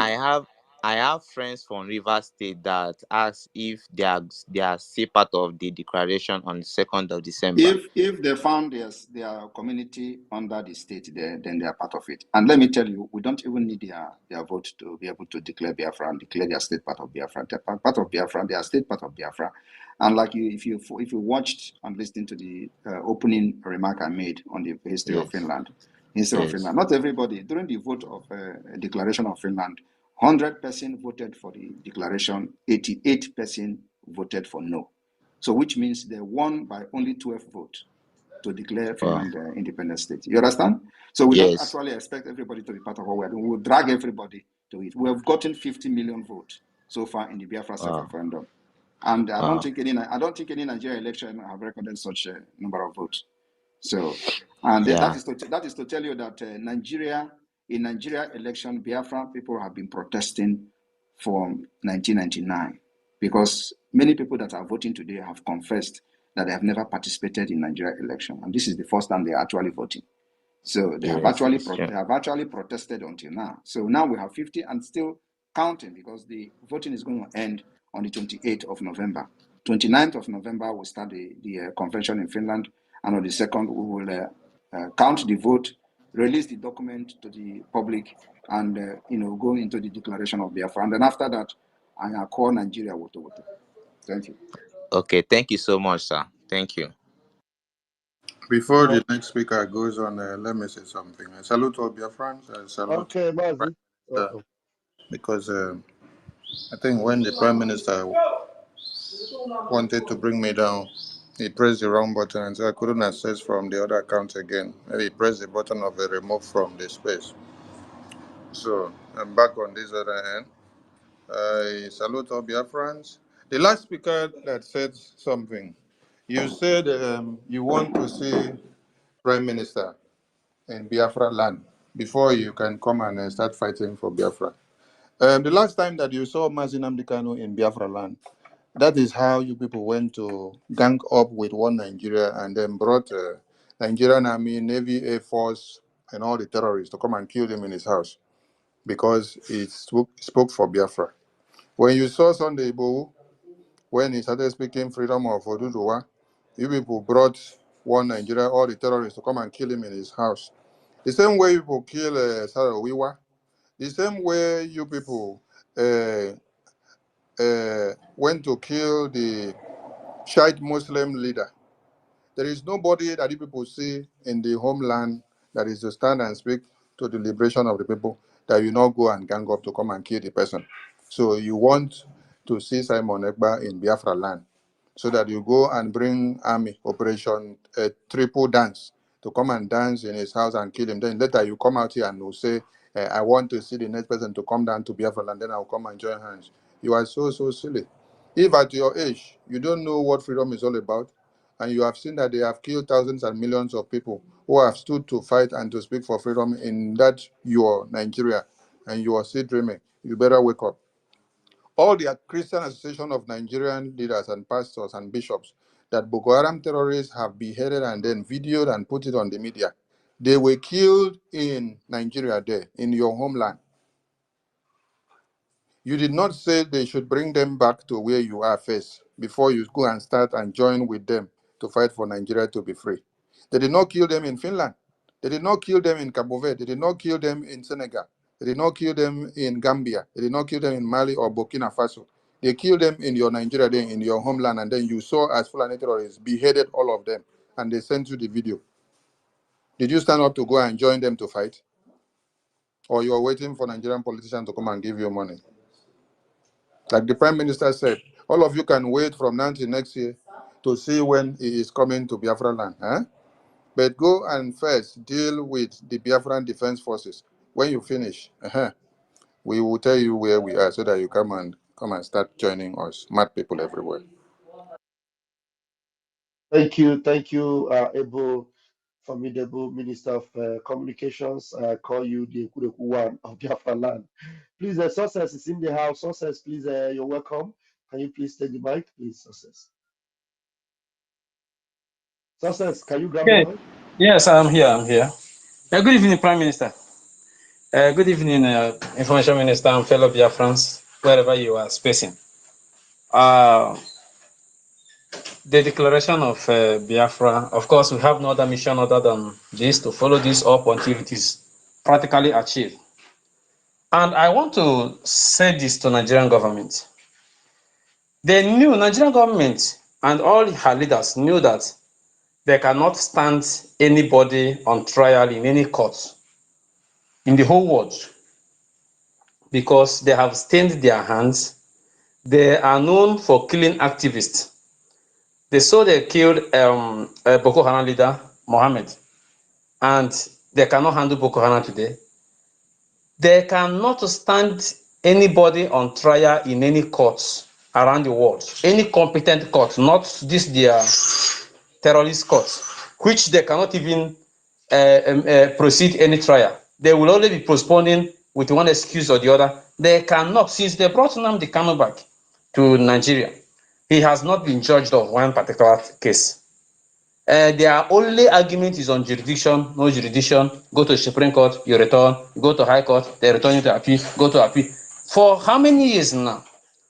Oh yeah, put this man on trial and try him on the what you're accusing him of. They are running away. And some idiot will stand and say, Simon Ekpa, come back to Nigeria. Come back and do what? To Nigeria. Simon Ekpa is in Nigeria. His defense forces are in Nigeria. His government in exile, and de facto government are in Nigeria. So what can you do? His government is running smoothly, and you want him in person. You are a nincompoop. So if Nigeria wants to salvage her image, simply they should summon up courage to use their Attorney General of the Federation or whatever they call it to sue Simon Ekpa in Finland, where he lives. Let them go on there or in the court of EU. Then we know that yes, they mean business. This one, they are just looking for a way to kidnap. And they know that Simon Ekpa is not the kind that they manage to kidnap. This one will be difficult for them. And this is why they are crying. Just ordinary ECOWAS meeting. They went to complain. They complained on Monday. Simon Ekpa is in your country, is destabilizing our country, and all those things. Then their media now have to reshape the lie and started lying against the ministers that came for ECOWAS stuff. Nigeria is not a sane country. Nigeria is not a country at the first place. That's why nobody is taking them serious. And our demand is simple. We are not asking you to conduct referendum. Referendum is already conducted. You must recognize it. You must recognize the referendum that over 50 million Biafrans has voted for. And you must free Nnamdi Kanu. Leave the rest for us. We will now decide what to do with it. But if you are still going through the back door, sending assassins, doing everything you can, bribing government officials, those who can take the bribe to bring in or bring back Simon Ekpa in a country which he does not even belong or pledge allegiance to, you are wasting your time. It cannot happen. Nnamdi Kanu's own has opened our eyes. This one can never happen. Simon Ekpa is your last bus stop. If you can Tipa Baja and you are going to face the music, September is fast approaching. So you have to do something. You're supposed to use that opportunity to solicit to the ministers of the Nordic country that came to ECOWAS that you want to establish a diplomatic way of resolving this very crisis, and which they shall be stand as a mediator. And you are just looking for a way to kidnap somebody from the back door. This is not 83. This is not 2021. This is 2024. And our eyes are open. Everything we are doing is calculated. And by the grace of God, Chukwu Kabima, through the covenant of Israel, back us up. And there's nothing anybody can do about it. December 2nd is sacrosanct. So those of you who are still waiting at the fence to know when it's going to be shake up, wait till kingdom come. All we are showing is that we are going to restore Biafra. And when we restore Biafra, another new dimensional level will be taken, which many of you will now know the true image of those behind this very struggle. Thank you, Mazi Samonekwa. Thank you very much. Remain strong. The Lord is with you. And there's nothing any man can do. There's nothing they can do. Their propaganda didn't even last up to 2 hours. They disappeared from the space. It's not up to 2 hours, and they are ashamed of themselves. So keep the good work. God bless you, and God bless Biafra. Thank you very much, Success. You know, when I read those nonsense, sometimes I laugh because when you know that something is about to take a new turn, you see all this kind of propaganda is coming. It is now that I will release the fire of dragon upon them. 1 month lockdown of Nigeria institution within Biafra land will record a huge success. And of course, it will be what we're going to use to test Nigeria. And in the next few weeks, that announcement will be made. And we'll see how it goes. Not even any police, any military that wears any Nigeria uniform and carry gun in our land is a terrorist and must be treated as one, without mercy. Without mercy. They don't know what is coming. If they think that they are crazy and they know how to do violence against innocent people, we are bringing triple of whatever they can offer. Thank you.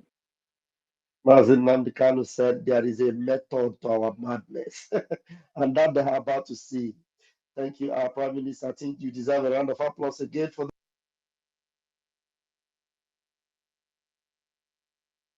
that. All right, as we move forward, I want to bring in this very last person before David will come up with his second question. Beyond the Sparam Kingpin, I don't know, is that your name? Did I get it well? Unmute yourself and let's see what you've got. Unmute yourself, all right? Um, Good evening, everybody. Welcome. Observing the existing people. Am I loud and clear? You're loud and clear. Please go ahead. You have 60 seconds, please. Greetings to the Prime Minister. My only question here is recently I noticed that this useless governor, Hope Uzodinjo, is claiming that he's the one that ordered the Igbo to stay at rest. So our PM has already said that he was going to unleash the dragon. So my question is that since they are claiming that they are the ones that ordered all Igbos to stay indoors, that we don't partake in the protest, I want this lockdown that's going to happen now to show the world that they have no power in the Southeast region again. If that can be made possible, I think that these political elites of a nonsense that they are holding now will be kept on the rest. If that will be possible, I want it to be a success, because right now I see them trying to like hijack the whole movement, coming to come and take glory after they have attacked the whole system. Then they'll come back at the end of the day and take all the glory, like they're the ones that plant everything that is moving, they are working for their people, while in turns they are the biggest enemy. So if possible, we should, focus our attentions on them, on how to bring them down, for the whole world to know that they are not even important to the people of Biafra. Thank you. Thank you very much. We are not actually worried about what they claim. That particular claim has been debunked, and it was reported widely by all their Zoom media. And so we are not actually bothered on what they say, but the reality will hit them very soon. It's not about how they say it or what they say. We know exactly what we have done, how we have conditioned their friends. And today, there is no other evidence that is going to be an overwhelming evidence like the Biafra self-referendum that have recorded 50 million. I don't think anything can, or anybody can overlook that. But the days that the world will speak on it is coming. And our activities will determine how the world is going to speak about the result of our self-referendum. So I'm not worried about whatever they are claiming. Biafra people knows the truth. And so, like I said, the reality will hit them very, very soon. Thank you. Thank you, PM. Thank you. Some of people, some of the names people will answer. I'll just see you. I'll say, they want Nigeria and I'll I will know that they are one of us.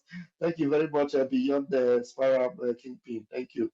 All right. And then, Mazi David Nana, please come up with another question and then we'll move up from there.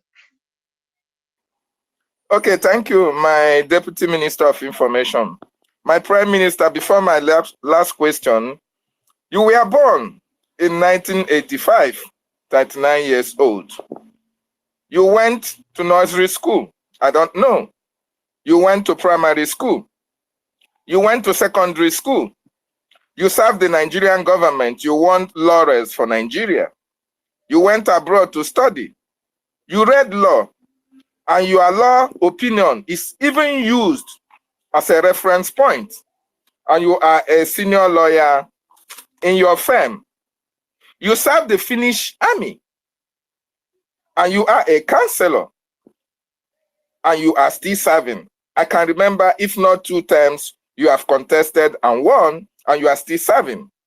If we start to put your age on the years that you have, it will take, on the years it will take us to achieve, until years it will take you to achieve this feat. Your age is very small. How was this even possible, my Prime Minister, that you achieved this very bogus feat, even with the age that you have, 39 years? Are you kidding me, sir? That is why I say that anybody talking about me and slow motion, you are making a mistake. Just check yourself what has happened within the last 2 years. Where we are today is something that takes people age, decades to achieve. It's something that people could not do in 20 years. We have done it in 2 years. You understand? And you know that when I joined this struggle, I said I will not fight this fight for more than 5 years. This is the 5th year. Everything I do in life, I have target. I put that target, have that plan, and take up the challenge and work for it. Wow. My last question, sorry. Among the multitudes that embraced the agitation 2012 to 2019, did you find anyone among the former agitators worthy to serve in your cabinet? Thank you so much, sir. I do not know them. The only person I know is Mazen Amdekan. Wow. Babatobi, you are wonderful. Thank you so much. Thank you very much. Thank you, Mazi David and Nana. Thank you for those engaging questions. Thank you very much. All right, we'll move. We have a Vision 555, our own Mazi Paul Nwabiko. Please, Mazi Paul, grab the mic. You're welcome. Yes, my minister, Ajay Van Van Van, I greet you. The Prime Minister, words are not enough to say thanks to what you are doing to us. We call you the Vulcan of our time because Vulcan is the only creator that will get up and divide a nation of each choice and go back and relax. Nobody can quench it. My question is not particularly for you, but maybe as God may do it, you may end up answering it. My question goes to Nigeria Gotham Media News. My question goes to Daily Post, Channel News, Tribune, Punch Newspaper, Vanguard, and so on Nigerian news. When our PM off, you people will publish it. Whatever he do, if he is on sports, you people will publish it. But my question is, why have Nigerian media like Daily Post not published the 40 states that make up Biafran nation, the county and the district that make up Biafran nation to the whole world? So I asked them this question, knowing if our PM can give us a light why they have not made this thing public. We are reading their news every day, all their propaganda. Why have they not published 40 states that made up Biafra? Thank you. Thank you. Thank you very much. Of course, they will not do that. That is the reason they are called the evil advocate. I think you even went too far. You should have just asked, why are they not publishing the Biafra Liberation Army neutralizing the terrorist army and terrorist police and other terrorists in uniform in Nigeria, working in Biafra land, killing our people? Why have they not published it? Are they not seeing when we are posting it every day? We are posting it because they have been killing, and now we are killing them back in self-defense. But you don't, have you ever seen them reporting it? Even when they see that we have posted it, they will still say, unknown government do this, unknown government do that.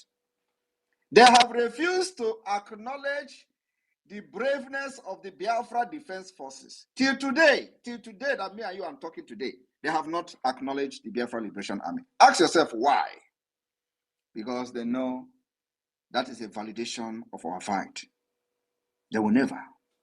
Musa will come and cry about Simon Ekpa. Nobody is asking Musa, what is Simon Ekpa doing? We have not heard this thing Simon Ekpa is doing on social media, on Nigerian news media reporting it. No. Jide, please, Raf, I want you to find the interview of Jide to play the voice, please. Very, very important. I want that voice to be played today. Where Jide asks Musa, that the army are being killed in the southeast, in their so-called southeast, Biafra land. I want you to look for that video immediately to play the voice here. Martin Sonny, can you get it very fast, please? Martin Sonny, can you help me?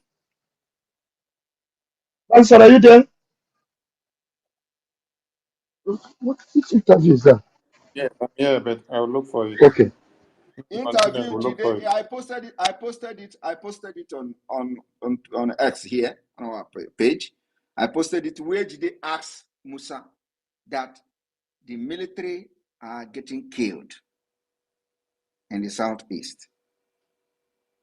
And Musa started talking jargons. He said, that's why we are continue to talk about this Simon Ekpa. And nobody is asking, when did this military get killed? That Nigerian news media is not reporting it. But Musa is confirming it in an interview.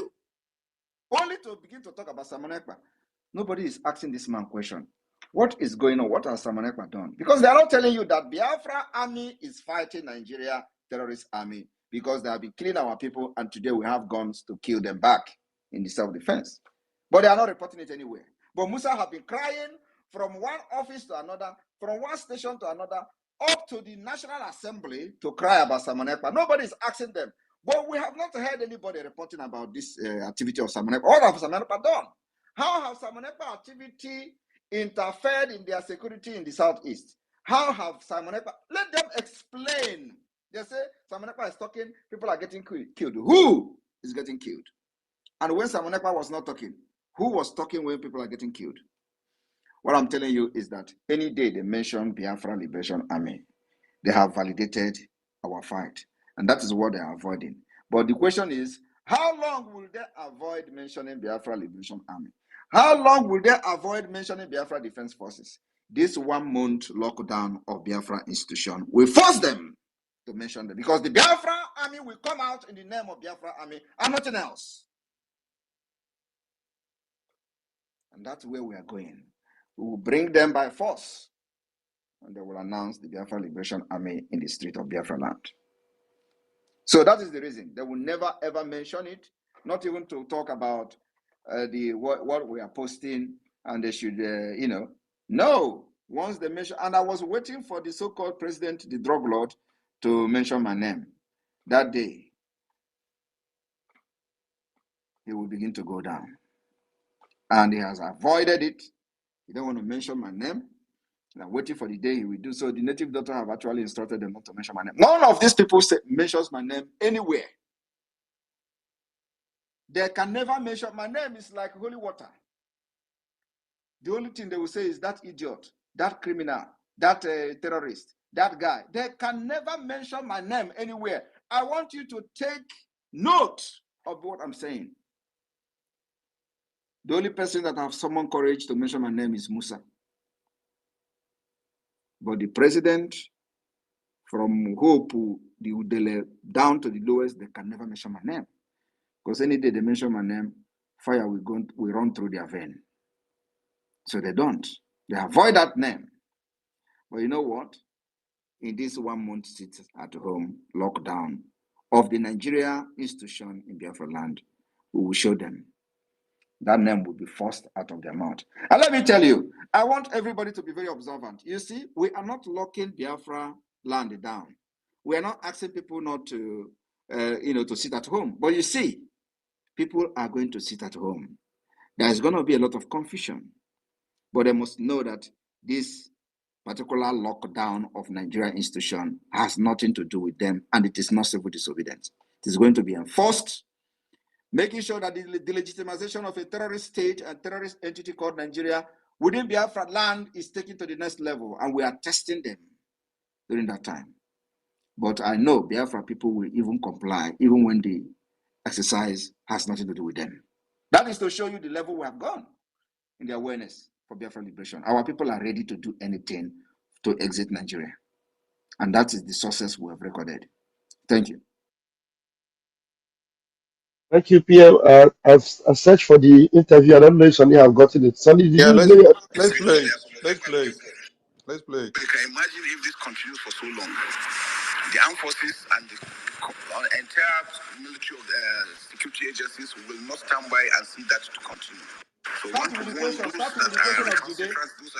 the question of Jide. When Jide ask question, because Jide ask that question, people are getting killed in Southeast. I want you to start from there.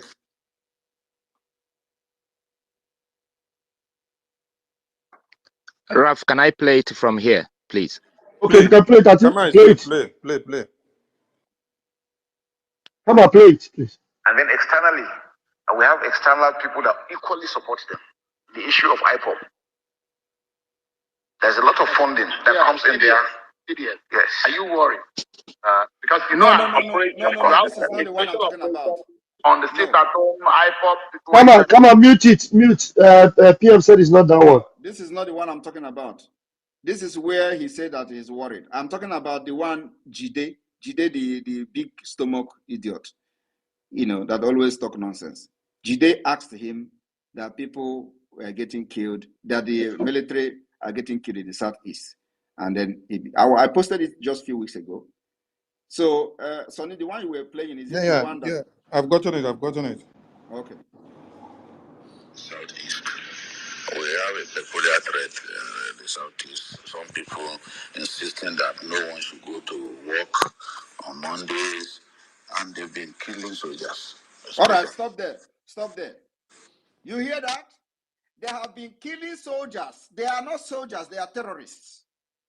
But did you hear that? They have been killing soldiers. Now ask yourself, have you ever heard in any news media in Nigeria that soldiers are getting killed in the Southeast? Now, let it roll.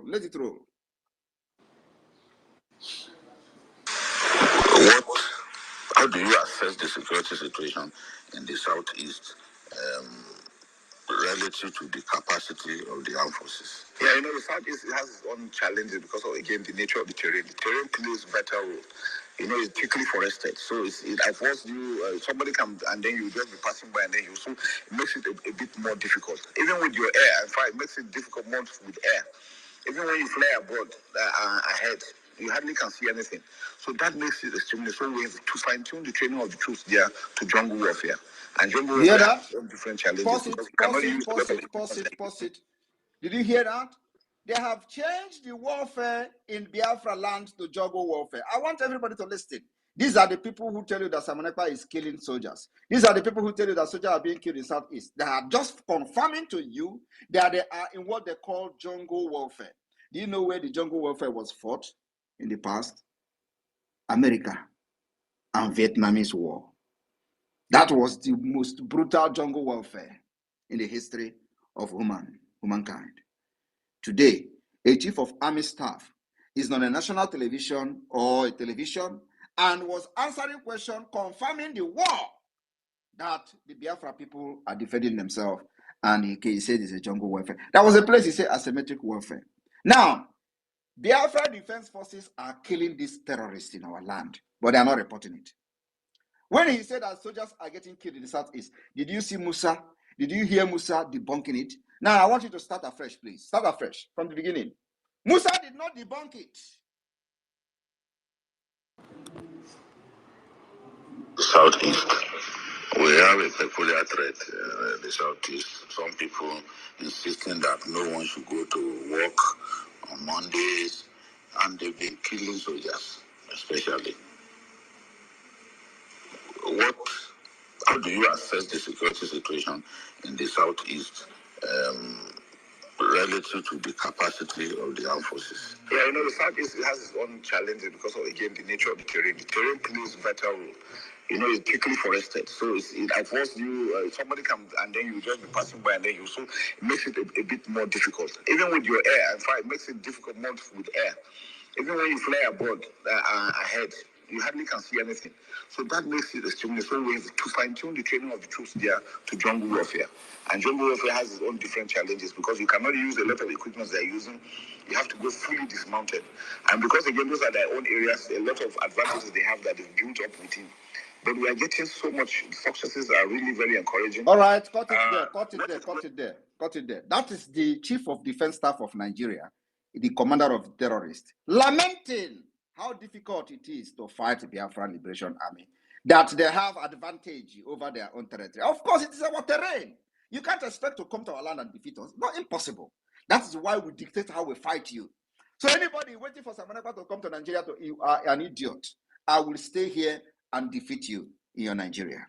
And that's why when the man asked him about the killing of the terrorists called soldiers, he didn't debunk it. He did not even say, okay, let me correct you. Well, there are no soldiers, because he knows they are dying in hundreds, if not thousands. Sometimes they push 2,000 to the southeast, all of them gone.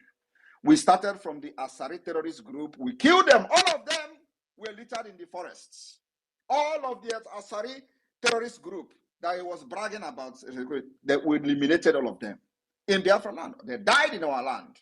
Today, is this still bragging about? I want you to ask, to go to social media. Do you still see Asari bragging of having security? You don't have anything anymore. All these bragging were neutralized in our land, and we are still waiting for more mercenaries to come. So what I'm trying to say is that this war is ongoing. They have not reported it. They don't want to acknowledge the power and the resistance of the Biafra Liberation Army. That Biafra Army is not what they will never ever mention. And that's why they are running mad. They still to say Onongomen is Onongomen Biafra. Our Biafra Army is Biafra Army. And we're not hiding. And we are defending our land. But I don't want to acknowledge them. Because any day they do, that is the beginning of Biafra. Thank you. Wow.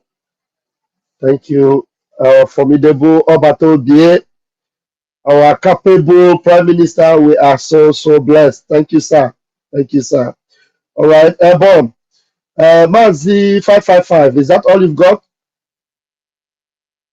Okay, I think that's all. All right, very quickly, please bring your question. Chukwumeze, please unmute yourself. Chukwumeze, no, you are not ready to unmute yourself now. I see that. Please, we have Ben Chuksago. Ben Chuksago, please unmute yourself. Thank you so much, Mr. Bonga.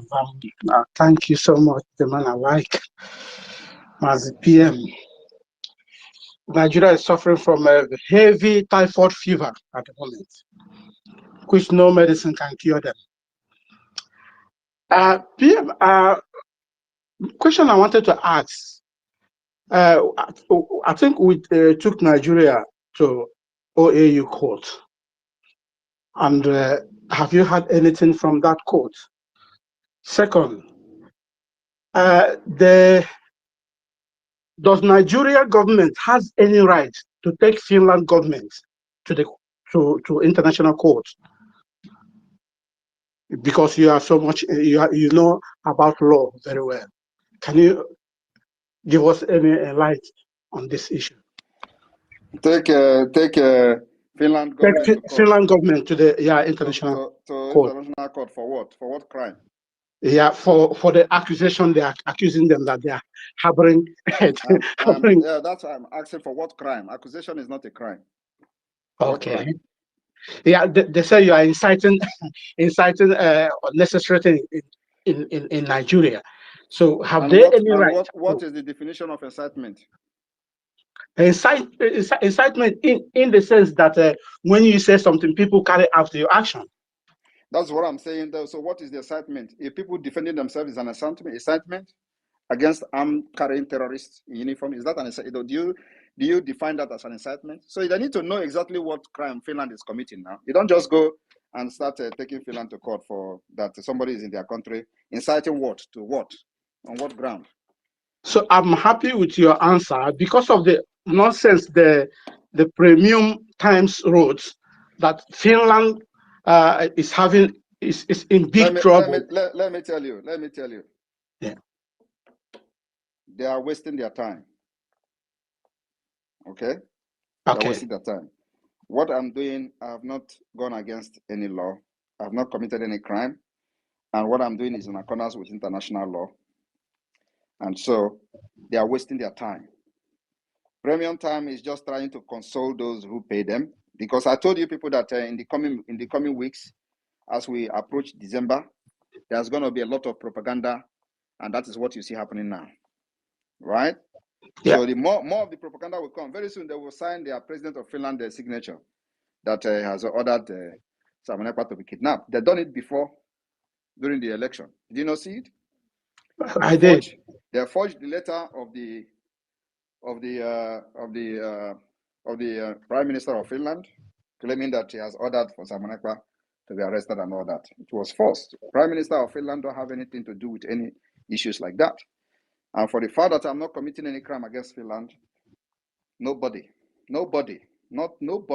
in this world will do anything to what I'm fighting for my people. Nobody.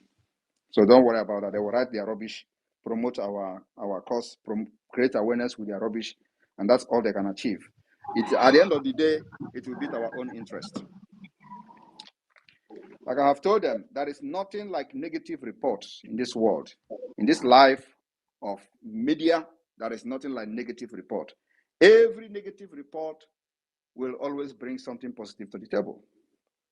So the more they write, the more they get the attention of the people. At the end of the day, after 3 months, they will still be asking, nobody right says Samanekwa do this, Samanekwa do that. Samanekwa is still bouncing now. Is it not on December 2nd, everything will happen here? Everybody will watch it live. We will broadcast it and live stream it. Get your ticket and come to Finland and be part of the history. Forget what nonsense they are writing. I am not moved. Thank you. Thank you, PM Ventrux. Thank you for the question. All right, we move very quickly, please. Newswave, your hand has been up for a long time. Please unmute yourself. Newswave Network. Newswave Network is not even there. Ify Naji, please unmute yourself. Ify Naji seems not to be there. Kama Isri. Please, if I go ahead, please, very quickly. Kama, please mute yourself 1 minute. If I go ahead, please, you have a very quick time to do that, please. My PM agreed. Please, if I go straight to the point, please, Well, just go ahead. Yeah. At least mpịampịa ndị mmụọ na-adị ebe a na-abịa kọsị ị hapụrụ anyị ndị nke ka anyị na-akụ ha wọtọwọtọ ndị nke na-abịa asị gị gị latawa Naijiria ị na-alata Naijiria eji achọ oyi so anyị kwesịrị ịhapụrụ anyị ndị ahụ anyị na-akụ ha wọtọwọtọ akụ ha gwọgwọgwọ. So my PM, my question is this, because I've been following you right from day one.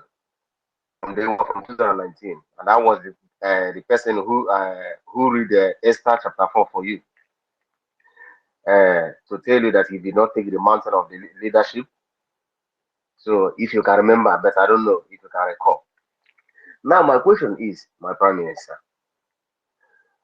how did you do this thing to put all this what is it called? These people that sold our leader. How did you do it to make all of them shut up? None of them now is coming out again on social media to talk. You just agroto come out and talk. Agroto, one person will come out and talk. I How told did them you manage? I laid curse on them. First of all, I asked God for 1,000 men wisdom. And I asked God to give me something which he answered in double fold. So I use it when necessary. I told them I will be their end in Biafra struggle. Is it not happening? It's happening. I told those who were directly and indirectly sabotaging on afterthought. Afterthought. There is something called afterthought sabotage. Many of them were victims of this afterthought sabotage.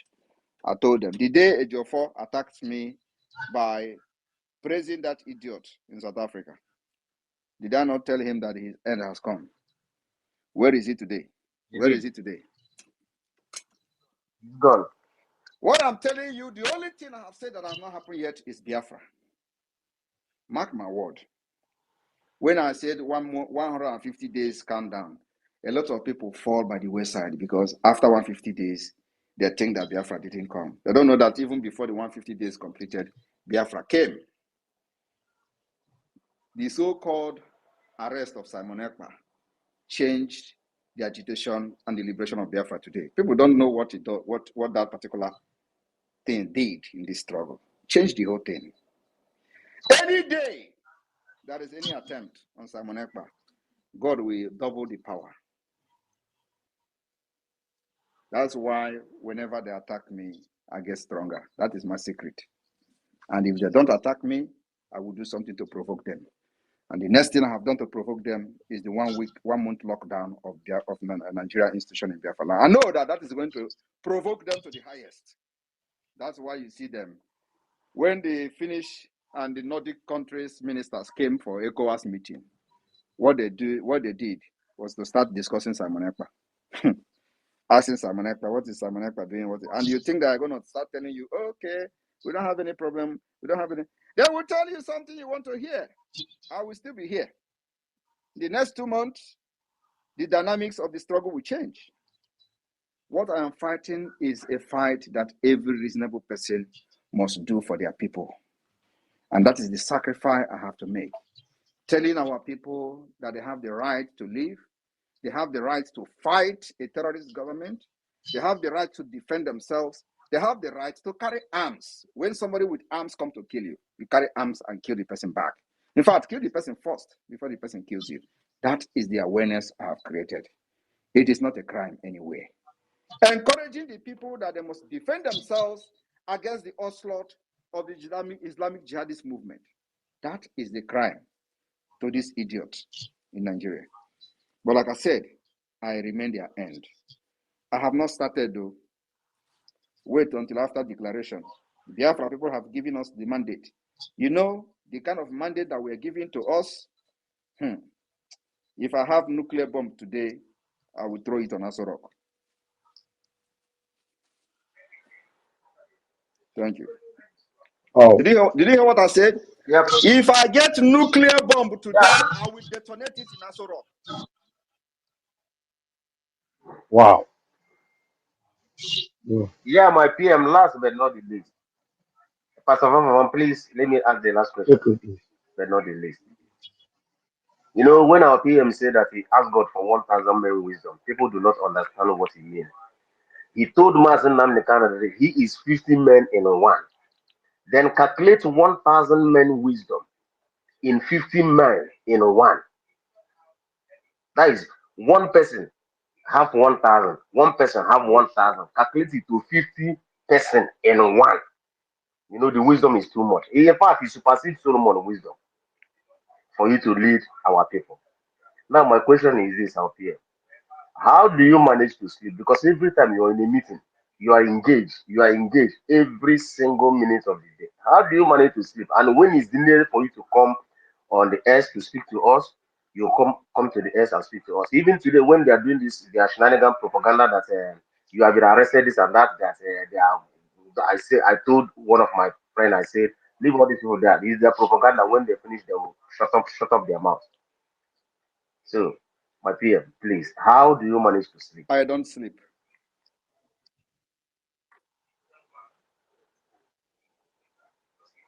Thank you. All right, thank you, Ifeanyi, for coming with that question. Onye ụlọ ya na-agba ọkụ anaghị achọ oke onye ụlọ ya na-agba ọkụ anaghị n'ụra. Thank you so much. We move. I'm going to put you back on the listening mode. And please, Chukwu, okay, go ahead, please. Quickly, please. Yeah, thank you for this opportunity. Greeting to my honorable ministers, my honorable prime minister, all protocols observed. I just want to say something real quick. To those of you asking our PM to come back to the zoo and fight for the freedom of Biafra people, you must be a foolish human being. As a matter of fact, you're not even qualified to be called that you was given birth to by a human being. Probably you was given birth to by an alien. Our prime minister meets all the requirements for a freedom fighter. A freedom fighter is only three things that can happen to them. Number one, either you are in the grave, either you are in the prison, or you are in exile.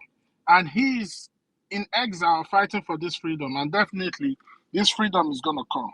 So my question goes like this. My PM, please, to the real owners of Nigeria, and most especially, they list Nigeria as a commodity, as a company on their stock exchange.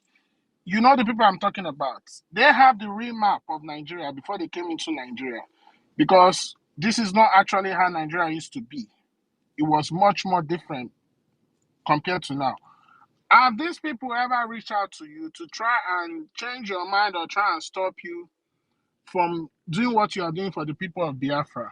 They never, And if let me answer you. They never reach out to me because Hope Uzodinma and his group assured them that they will handle me. This is the reason. Okay, thank you, my PM. And also, the next question is, since they have not reached out to you, don't you think that when Nigeria is going to finally disintegrate, because of they have the real map, like one of them, which is the Biafran Treaty in 1884, that was signed that Biafra should continue to remain an independent region on their own. Don't you think they will be part of this disintegration? Because when we finally sit on the round table with this zoo government, they will try to tell us, oh, this is not your territory, this is not your territory. Don't you think they will be part of it? And also, how many countries do we need to get recognition before we can finally say, yes, Biafra is not part of the international community? And finally, my last question. In terms of ICJ, we know that there are going to be a lot of collateral damages, most especially Biafrans who own properties outside of Biafran territory. And due to the fact that the current economic situation in that zoo, they are finding it very difficult to sell those properties and convert it into cash or liquid assets. Is the Biafran government going to create some kind of system like to go to ICJ to take every people that eventually comes out from this contraption called Nigeria to get reparations for Biafrans that were not able to get their property and those who their properties have been destroyed? And aside from that, those people, those Biafran who have this money, instead of them supporting the Biafra liberation, they still keep going around building houses, building places in the zoo. Is Biafran government going to have a separate policy to make sure that because of what they did and their continuous sabotage for not supporting Biafra, that the government is not going to fight for them to get any sort of compensation for their property in the current Nigerian state? Thank you. Thank you very much. Your questions are much, but I think I will take them in summary. First of all, I would say that those who will build house in any part of Nigeria from 2nd of December, they are on their own. Those who have property already in part of Nigeria, the government of Biafra will fight and make sure there's reparation, or they retain their property. And of course, because you can own a property in any part of the world, including in African countries, many of them have properties in African countries. So those who wish to retain their property can retain, but you must understand that you are going to live in accordance with the law of those, either in Arewa Republic or Duduwa Republic. You must obey and respect their law, because then you are on your own, you are not in Biafra land. So that is number two. Number three is that those who have refused to fund the Biafra liberation, we have a system, a policy that will make them to pay, heavily for the sabotage of not supporting the struggle financially. And one of those ways is taxation. We can develop a system, a taxation system, that will make them, if other people are paying 15% tax, they will be paying 25%.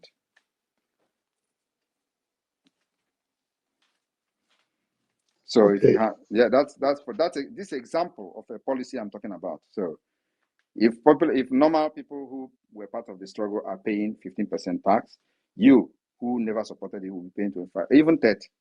So we'll start putting some policy in place to make sure that those people who did not support our struggle in the beginning pay dearly for it. And of course, there are other policies that are targeted, that will be targeted at them. Thank you.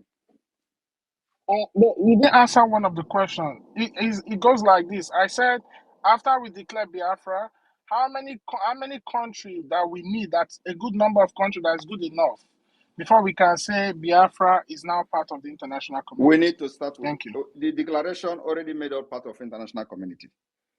Number one is declaring this Biafra Republic, the restoration of independent state of Biafra in Finland, is a recognition, even if they don't openly recognize us. We don't even need that.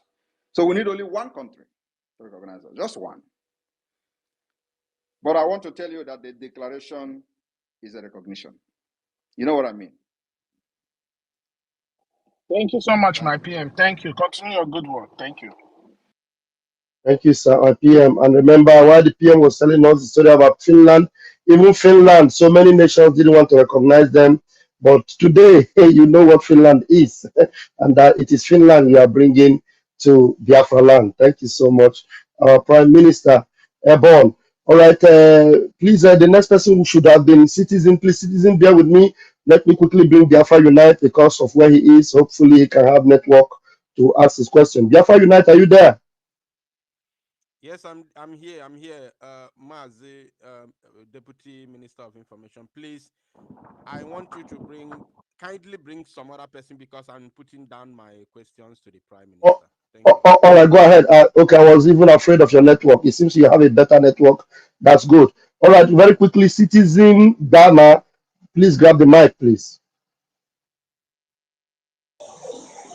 All right. Good evening, Mr. Prime Minister, sir. I'm actually spacing from Nigeria, and it's raining heavily out here. I don't know if you guys can read it. Am I coming out loud? Yeah, you are good. Am I audible? You are good, please. Go ahead. Okay. Okay, I just want to emphasize again that the Prime Minister, a lot of people admire what you're doing across Nigeria, across Africa, and across the world. Although you might not know this, I want to tell you this. Then I want to also say that your exposition or lecture in your introduction about the independence of Finland, especially as it pertains to government in exile, is very, very laudable, because a lot of people who call themselves scholars in this part of the world are very, very, very, the idea of a government in exile is a very strange thing to them. So I would appreciate in your future and subsequent engagement for you to throw more light about freedom fighting from exile.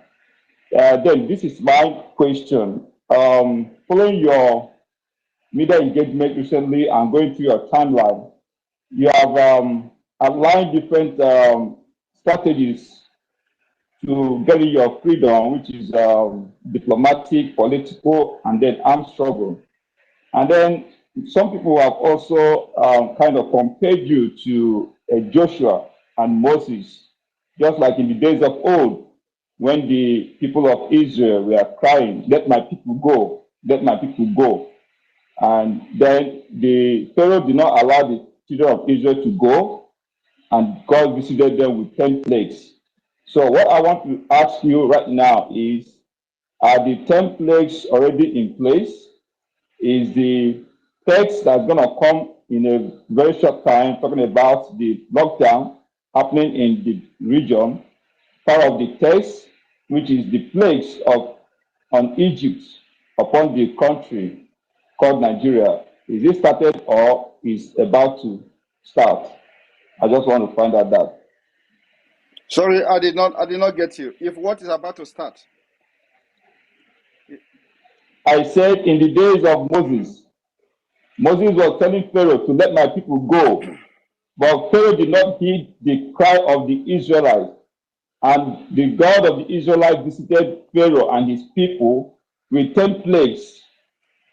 So what I'm saying is that the text that's about to happen, which is a lockdown in the region, is it part of the 10 plagues coming upon Nigeria, or the plagues already started with your political, diplomatic, armed struggle, and the one that is coming shortly? Is it part of the plagues coming upon Nigeria, or it is about to going happen? to be part of the plague that is going to befall Nigeria.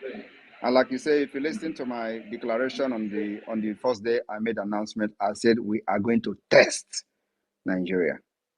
So the plague is about to befall on Nigeria, and one of them is the lockdown of the institution. You know, when we started with our sit at home, a lot of people who don't understand where we are going, we are complaining and complaining. Today, they have embraced it. Today, they are the one bragging how they tell people to sit at home to avoid joining the protest. But they were fighting this sit at home in the beginning. So today, they brag about how they tell people not to participate in the protest and all that. But we prepared our people to what is happening today. We can tell them to sit at home for 2 weeks, they will sit at home. And like I have said in the beginning, that even this 1 month lockdown of Nigerian institution, you will see our people will even sit at home on their own. They will even not come out, for some certain time, a certain period of time in this 1 month. They will decide not to come out on their own. Even when we say their business, they can go out, they can go to their market, they can do everything. The only thing we are not going to allow is the offices that we are going to list, which is government institutions. And our agenda is to delegitimize them forcefully, because these are the people that are supporting and the killings and the terrorism against Biafra land. So we must fight their source of fund. And so it is a test that we're going to run in this 1 month lockdown of Nigerian institution in Biafra territory. And remember, it is the Nigerian institution, government institution, parastatals and all that will be shut down, completely locked down. Will engage their terrorist bases, will engage their terrorist stations, and so we advise civilians to stay very clear and stay away from anything military checkpoint, anything station, anything barracks. Stay away completely, because the angels will be going around and doing deliverance. Thank you. Okay. The Prime Minister, honestly, I have a lot of questions to ask you, but I'll end with this one, which is the fact that a lot of political stalwarts in the Southeast region have started a Nicodemus movement, trying to adopt your sit-at-home order in recent times.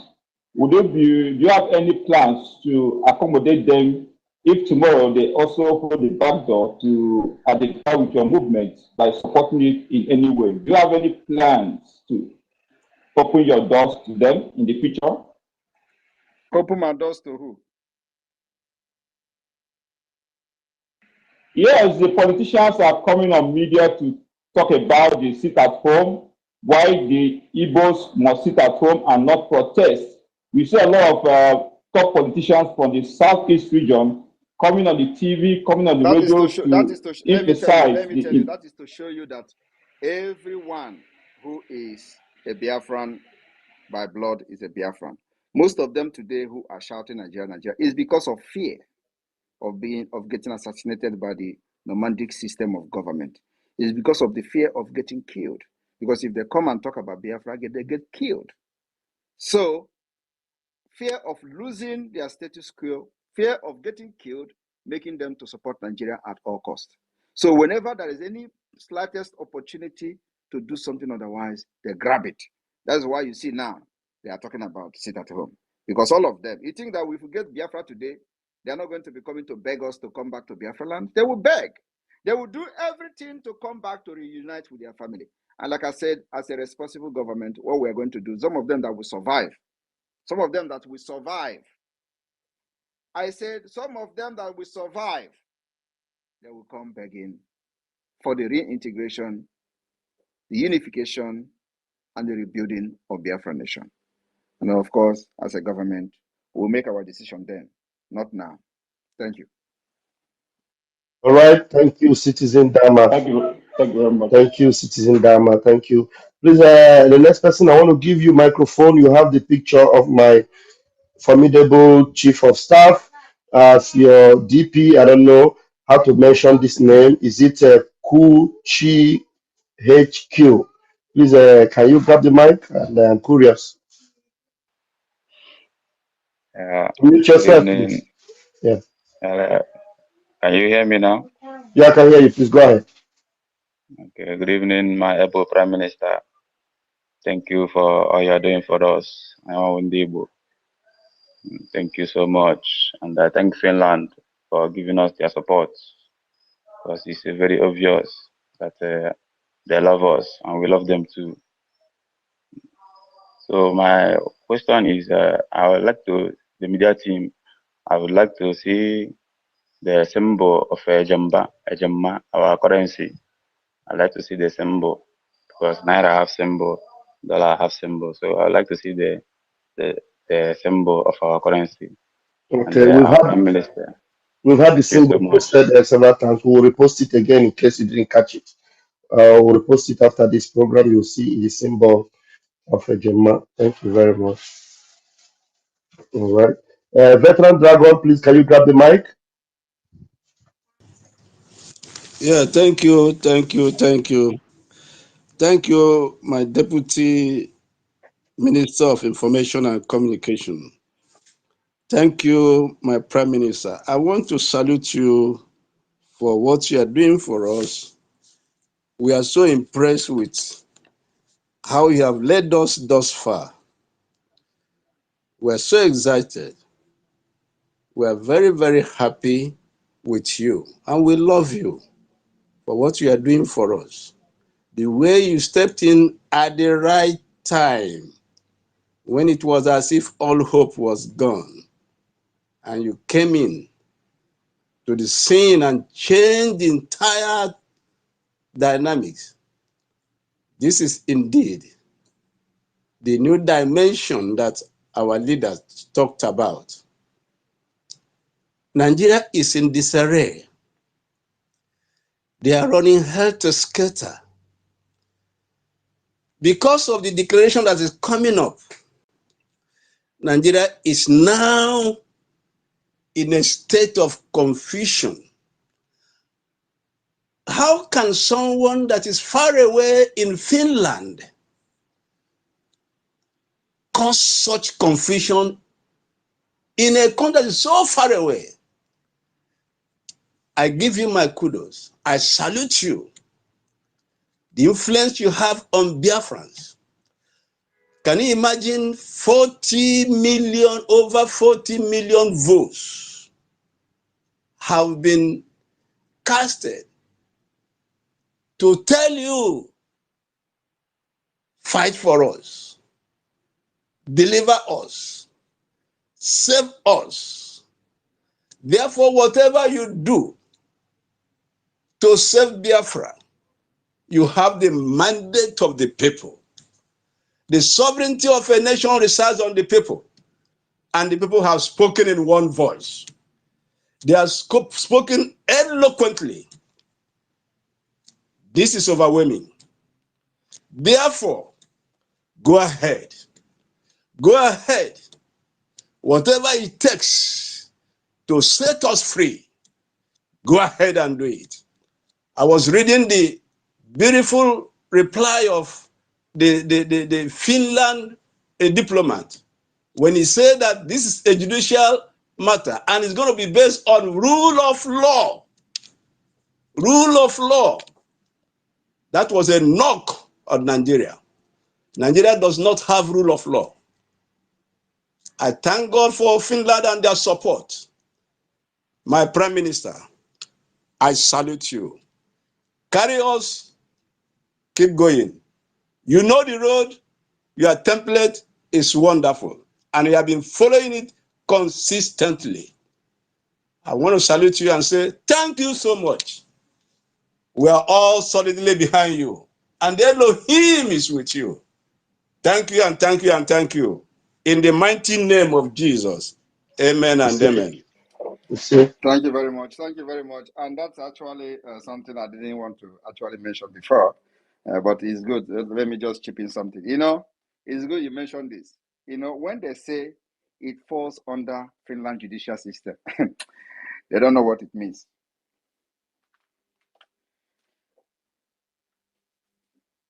The same message, the same explanation, the same comment.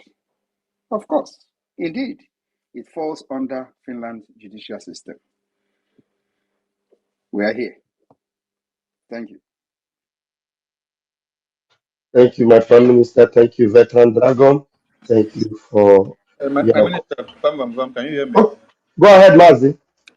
Yeah, please, before the next person picks the mic, Citizen Dama said we should do more program on educating one Nigeria of government in exile. Citizen Dama, even Biafrans that have not gone to school since the launching of the Biafran government in exile by the Prime Minister now understands the power of the government in exile. Well, we played a video of Musa. Musa understands that Simon Ekpa is not in the sky. That Simon Ekpa is the Prime Minister of a government in exile. But they decided, when they are speaking, to ignore and to acknowledge the fact that he is a prime minister and that he did not make himself a prime minister and that he is a prime minister to the people of Biafra. They bring a video of Biafra Liberation Army, Biafra resistance fighters, and they see as these men and women in their gallantry are dancing with weapons to defend Biafra land. And there you see Biafra Liberation Army flag displayed in that video. What did you hear from the journalists of One Nigeria and Musa? They said these are ESN. But you see that on the flag it is written Biafra Liberation Army. They don't want to open their mouth and acknowledge that it is the government arm wing of the Biafran government in exile. They say it is ESN. Just for them to put it the way they want, so that they don't want to pronounce. So they know. They know. Google has educated everybody about anything that you don't know. They know what Biafran government in exile is, but they don't want to validate it with their mouth, because from the day they open their mouth to validate it and pronounce it, they know that they have given more powers to confirm what the Senate President of One Nigeria said. Because the Senate President of One Nigeria came out and told all of you that if Simon Ekpa enacts a sit at home, nobody moves from Akwa Ibom Cross River to Lagos and out of the east, or to go to other parts to do business. That it means that Simon Ekpa is the real governor of the southeast, which is Biafra land, which he himself is part and parcel and is subject to Simon Ekpa as the prime minister. He called the names of all the governors and ministers and senators, that all of them will obey this. So that means there is a government in exile. And they know and understand. So our education, I don't know if we still have to educate one Nigeria again about what Biafra government is all about. Thank you, Mazi Sone. Before we lose this Abubakar here, I want us to grant him the microphone. And this Abubakar, he is. I'm really, really impressed that he is here listening. I have gone through your page, and I want you to really come with your question that actually made you raise your hands. You recommended the government and appreciated them for the 12 years or 25 years J term, and you called IPOB a terrorist, and you are here with the Prime Minister. Actually, we want to give you the mic. Please grab the mic. You have the time. Ask that question that made you to stay here all this while. Abubakar USG. Please unmute yourself. Abubakar USG. Please unmute yourself. Or are you just here to listen? Abubakar USG. Yeah, you are at on the platform of the terrorist IPOB people. Unmute yourself Like, and ask that question.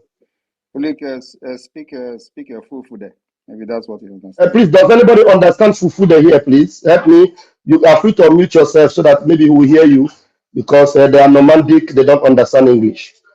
Somebody should help me with Biafra Unite in our water Fufude. Maybe you can give him that language you understand. Abubakar. Abubakar Zomana. No way. No way. Go to his page. Some of you should visit his page right now and see what he wrote there. He commending the government for the 12 years, 25 years. He said when he reposted the video that our PM posted the other time, and he said IPOB are terrorist group, not like them. In fact, I just read 2 or 3 things and I quickly gave him the microphone, and now he's scared of the Prime Minister. Every one of you are scared of him.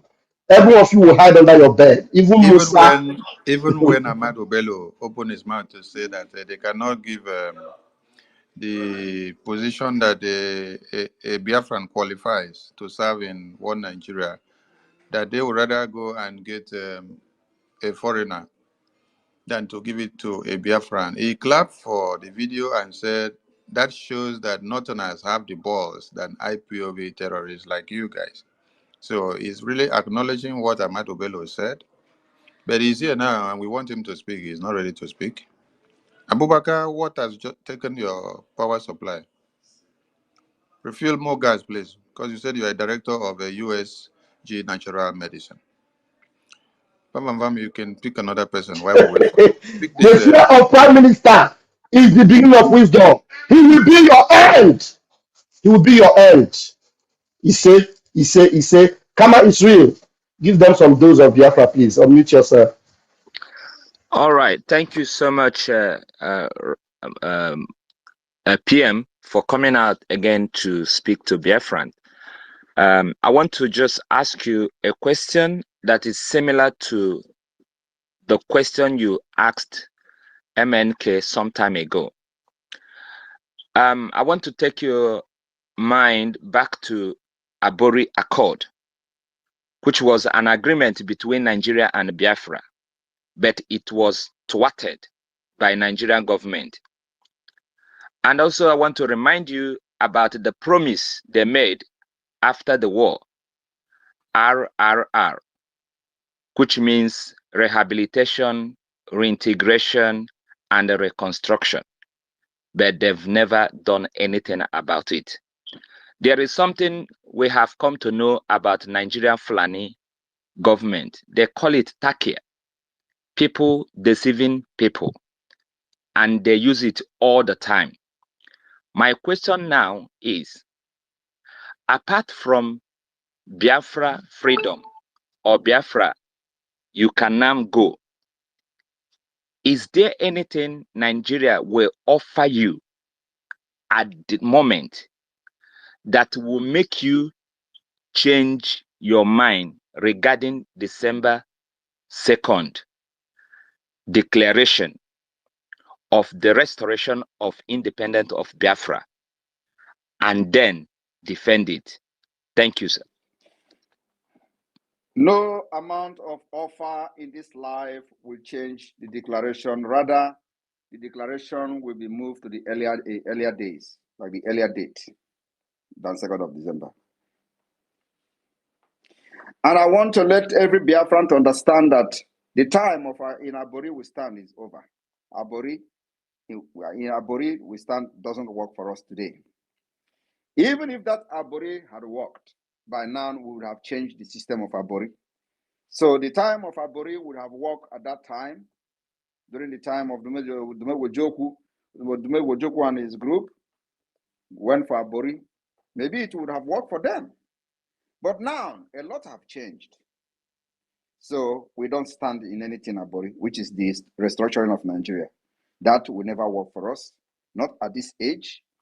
A lot has changed, a lot has happened. So we are out for complete sovereign state of Biafra.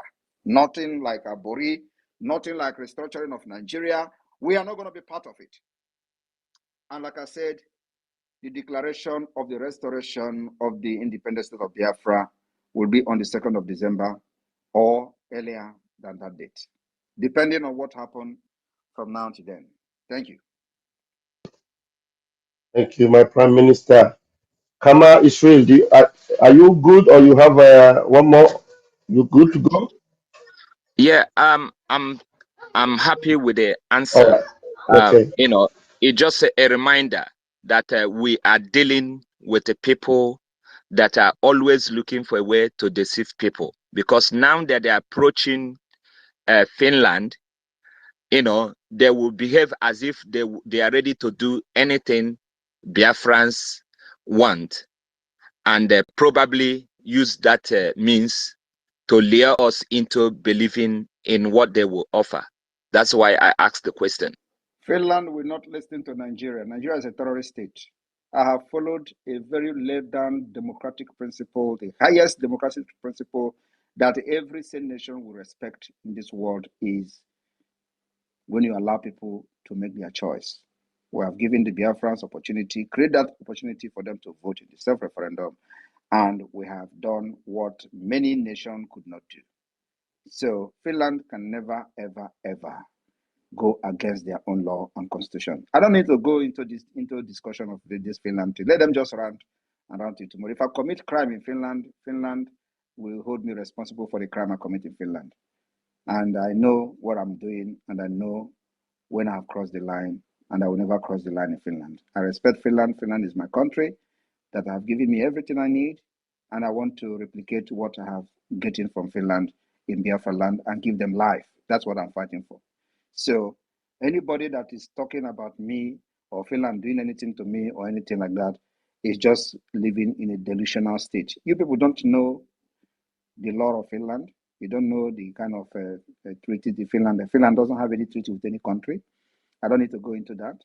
But the fact is that if I commit crime in Finland against Finland, then I will face the law. But I'm not committing any crime in Finland. I'm defending my people, lecturing Biafra people on a way to defend themselves.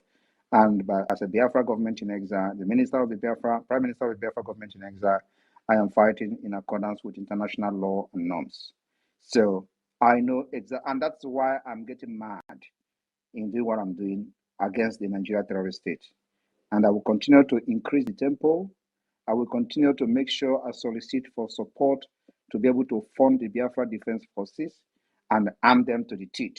That is the only thing they need now is your arms and nothing else. Thank you. Thank you, my Prime Minister. Thank you, Kama Israel. Thank you. All right, we move. It's me again. Unmute yourself, please. Good evening, House, and good evening, PM. Thank you for this opportunity.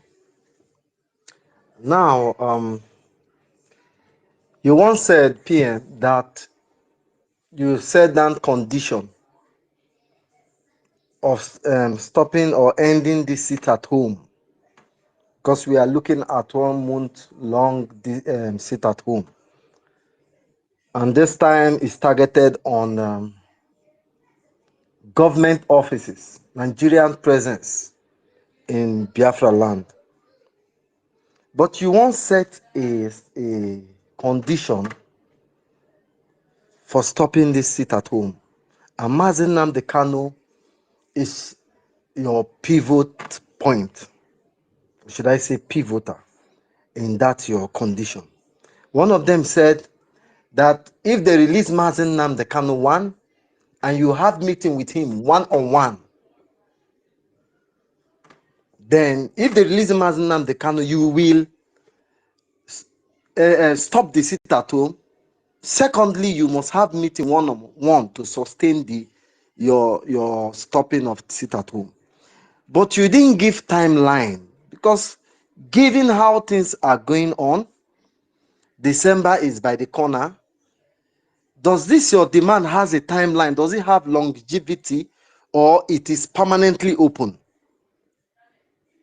Because the people which can come up tomorrow and say, okay, you have Mazen Nnamdi Kanu,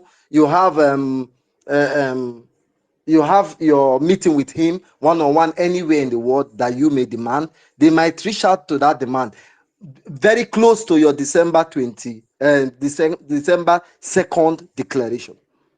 So do you have a timeline or it is a white card? Thank you for now.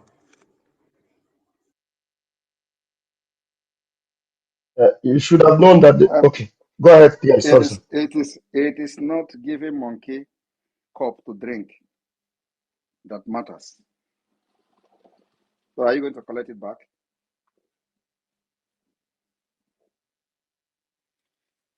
A man that invited people to come for child dedication, don't tell the stories of how the woman or the wife got pregnant.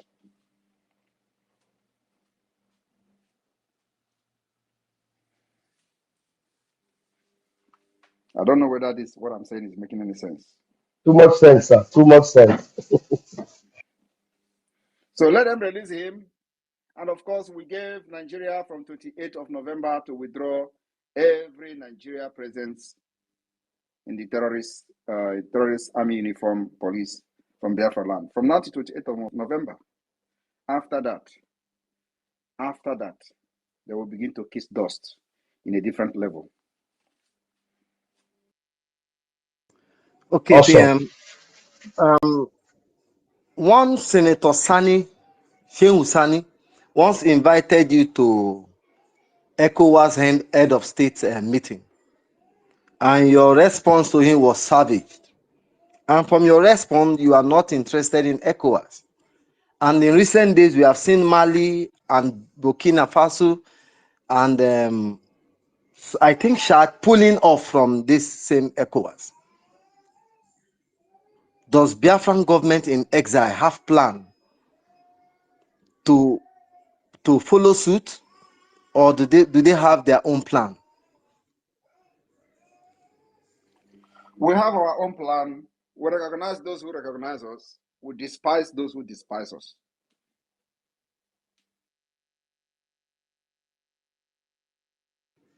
Okay. On the issue of referendum, we've had so many opinions about referendum. And everybody understood that referendum is good and it should be done. But formally, we depend on our senators in the Eastern region or in Biafran region to activate this referendum.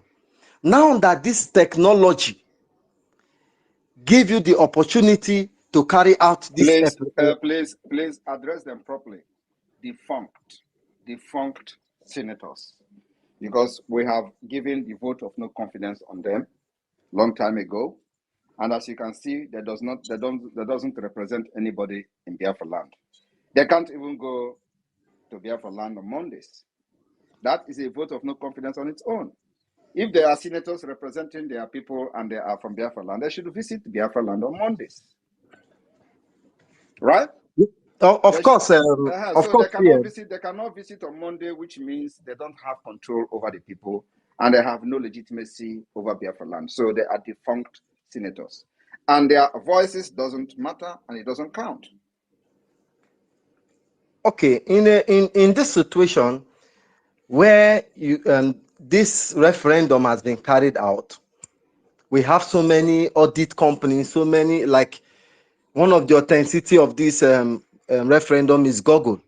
And even Google has denied, according to you, over 5%, which should be surmounting in millions of people due to one or two mistakes in registration. So this referendum that happened... That is the reason we adopted the physical voting. where people will come physically in their polling unit, write their name, cast their vote, and have them registered in the voting registry. And from there, we have recorded millions of Biafrans. So the exercise is happening not just online, because we've had the backlash on the online voting, and now it is physical voting. And the videos of evidence, the evidence of the videos and voting are all over social media. We are documenting everything. So every Biafran must watch, like the ORB reported, keep an eye on Biafra self-referendum. It is from the United Kingdom, an independent research institution, not us. So everybody must keep an eye on the Biafra self-referendum. And the thing is that we are not expecting them. If you read that particular article, you understand that they said there are two ways to this whole Biafra thing. Either Nigeria will issue a political statement on the self-referendum, or will engage them militarily. That is the two options that is there. And either one, we are going with any of them. If they choose to go politically and solve the escalation of the problem, we are good for it. If they choose to go military, we're already in the military confrontation for the past 2 years. So the only thing we're going to do is to step up our game by making sure that Nigeria doesn't have any existing barrack in Biafra land. Police station in Biafra land will be decimated. That is the next step, phase one. You people don't know what is coming. So I just pity those who come to kill our people in our land, because they will not live to tell the story. This is not a Biafra Nigeria war. PM, you have preempted my questions and you've answered. And keep an eye on Biafra referendum. It's a very big statement that I want to hear from you. Please, And one more question. One more question, please. One more question. Just one more, and then we'll close it there. We'll have other hands up. Please, go ahead. Just one. you mean from me, right? Yes, from you. It's me No, again. I say he has preempted. Okay, And okay. Thank you. That means he you are has done with the me questions. to wait. Thank you. Okay. Thank you very much. Thank you. Thank you. It's me again. Just me. It's just me. Is it? It's me or just me? Which one is it? And It's me again. it's me again. Okay. I remember. You know how we started. Sometimes I remember you. I would just be lying down, and I remember you, and I would be laughing. I would I would be laughing very loud. So can you bring him back? Okay, it's me again. You need to come back. You need to get back here. Where are you? Bring him back. Get back in here, please. I need to see you to be able to get you back. It's me again. You need to request again, so I'll get you back. Okay, because sometimes I will remember him, and when I remember him, I will be laughing loud alone. The reason is that I know how he used to tackle me in the beginning. Can you bring him back? I want to hear. I need to see him. So if you see him before me, can you bring him back? I can't see He's him. back. I can see him. Let me Okay, bring him okay. back. Okay, I've seen him. Okay. All right. So I remember that he used to, this guy used to attack me, just like he don't even want to hear anything. he don't even want to hear anything.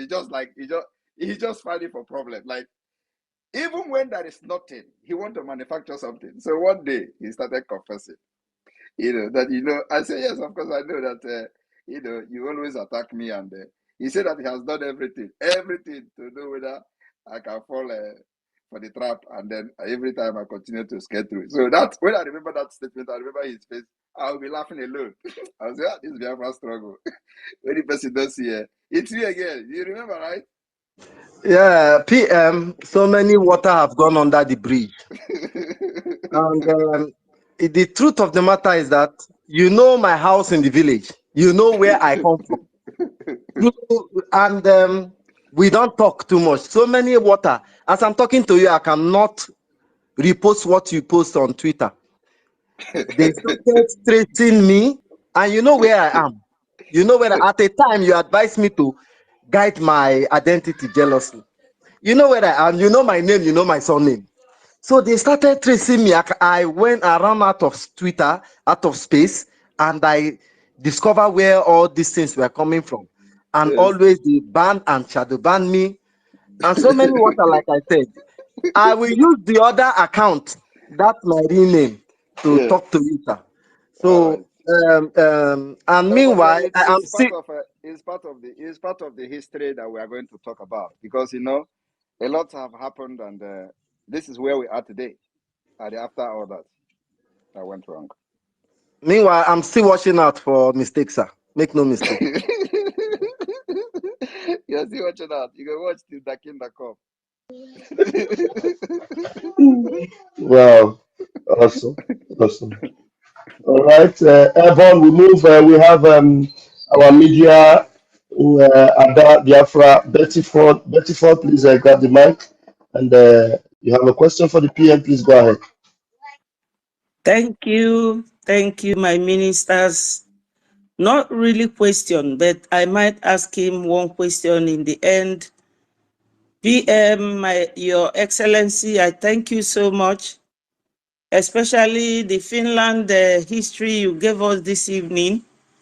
The way you always take time to come and talk to your people and know how they feel, listen to them, smile with us. It is giving us a lot of joy and hope. I know there's a time Onyendu said that if you want to hide anything for a black man, you should write it in the book that they will never read. There's this man who said he's a godson to Pete.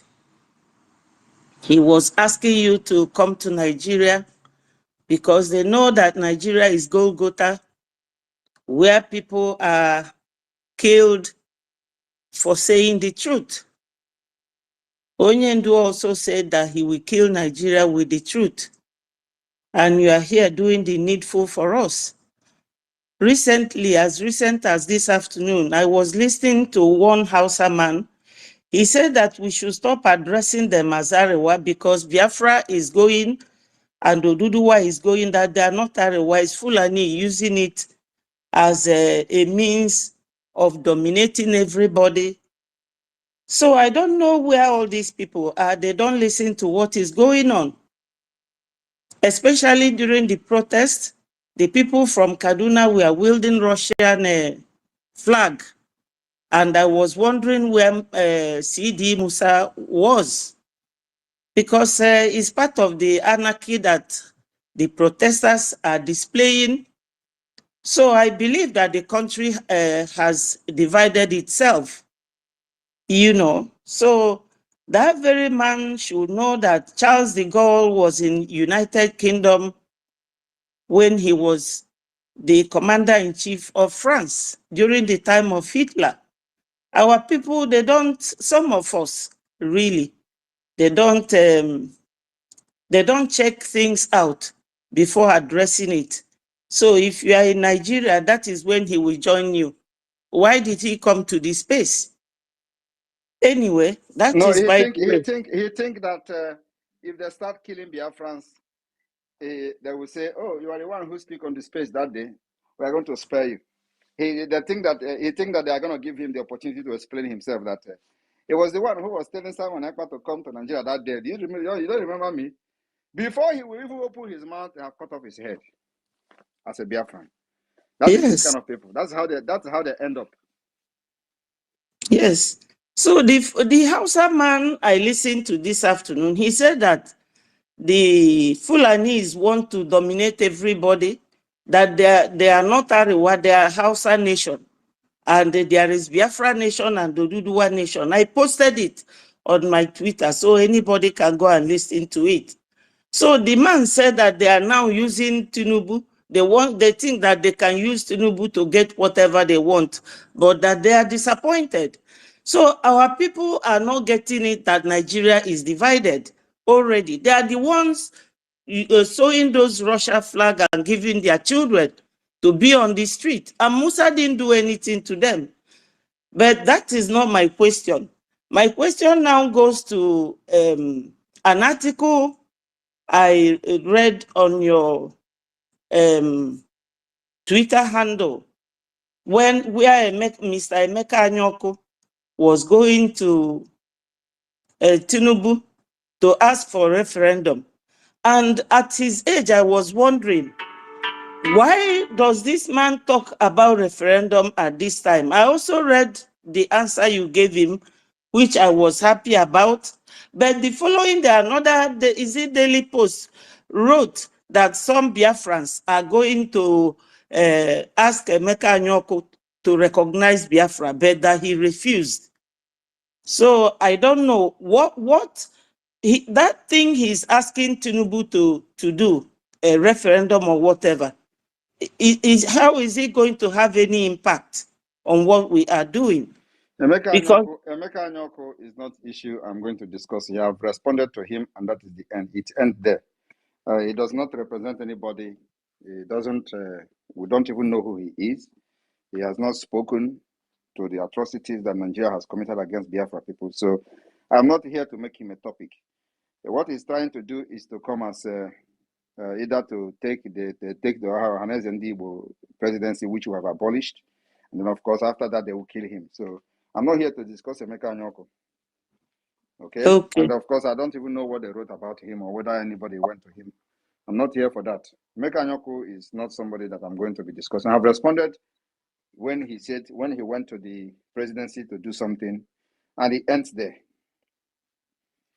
And we have also warned him never to speak again. If you think that we are joking, you can go ahead and speak and see how Biafras will deal with him. So I'm not here for Emeka Anyoko, please. Thank you. Okay, PM, please. I don't know if this is the right place to ask this question. Somebody asked me if the ticket to Finland sales is going to be extended. It is not going to be extended. Okay. All right. Thank you so much, PM. We are happy. Everything you are doing is falling in place. There is no much question. Everything is happening and we are all seeing it and we are grateful. I am very grateful. I'm happy. The cries we cried during the war as kids, you are answering most of the questions by your action. Airborne. Airborne. All right, we have to round up. I'm starting another meeting now, and I didn't actually inform the media team ahead of time. So I thank all of you for listening up to this point. Over 1,600 still here, and so I will be here again time to time to respond to issues when they arise. I call on Biafrans to calm down. Nothing is happening. Simon Ekpa is very strong, and my best is still yet to come out. We will finish this thing, finish this war, hand over freedom to our unborn generation and our generation to come. You will never inherit the fight Simon Ekpa is fighting today. You will never inherit the insult, the propaganda, the name calling that Simon Ekpa is inheriting with other Biafrans under the Biafra Republic government in the homeland and the Biafra Republic government in exile. We will make sure that we pass on to you freedom. Airborne to the Biafra Liberation Army, airborne to the Biafra Defense Forces, airborne to the Biafra Resistance Fighters. Boo, boo, boo, boo, boo. Airborne. Yeah, I'll get it. Airborne.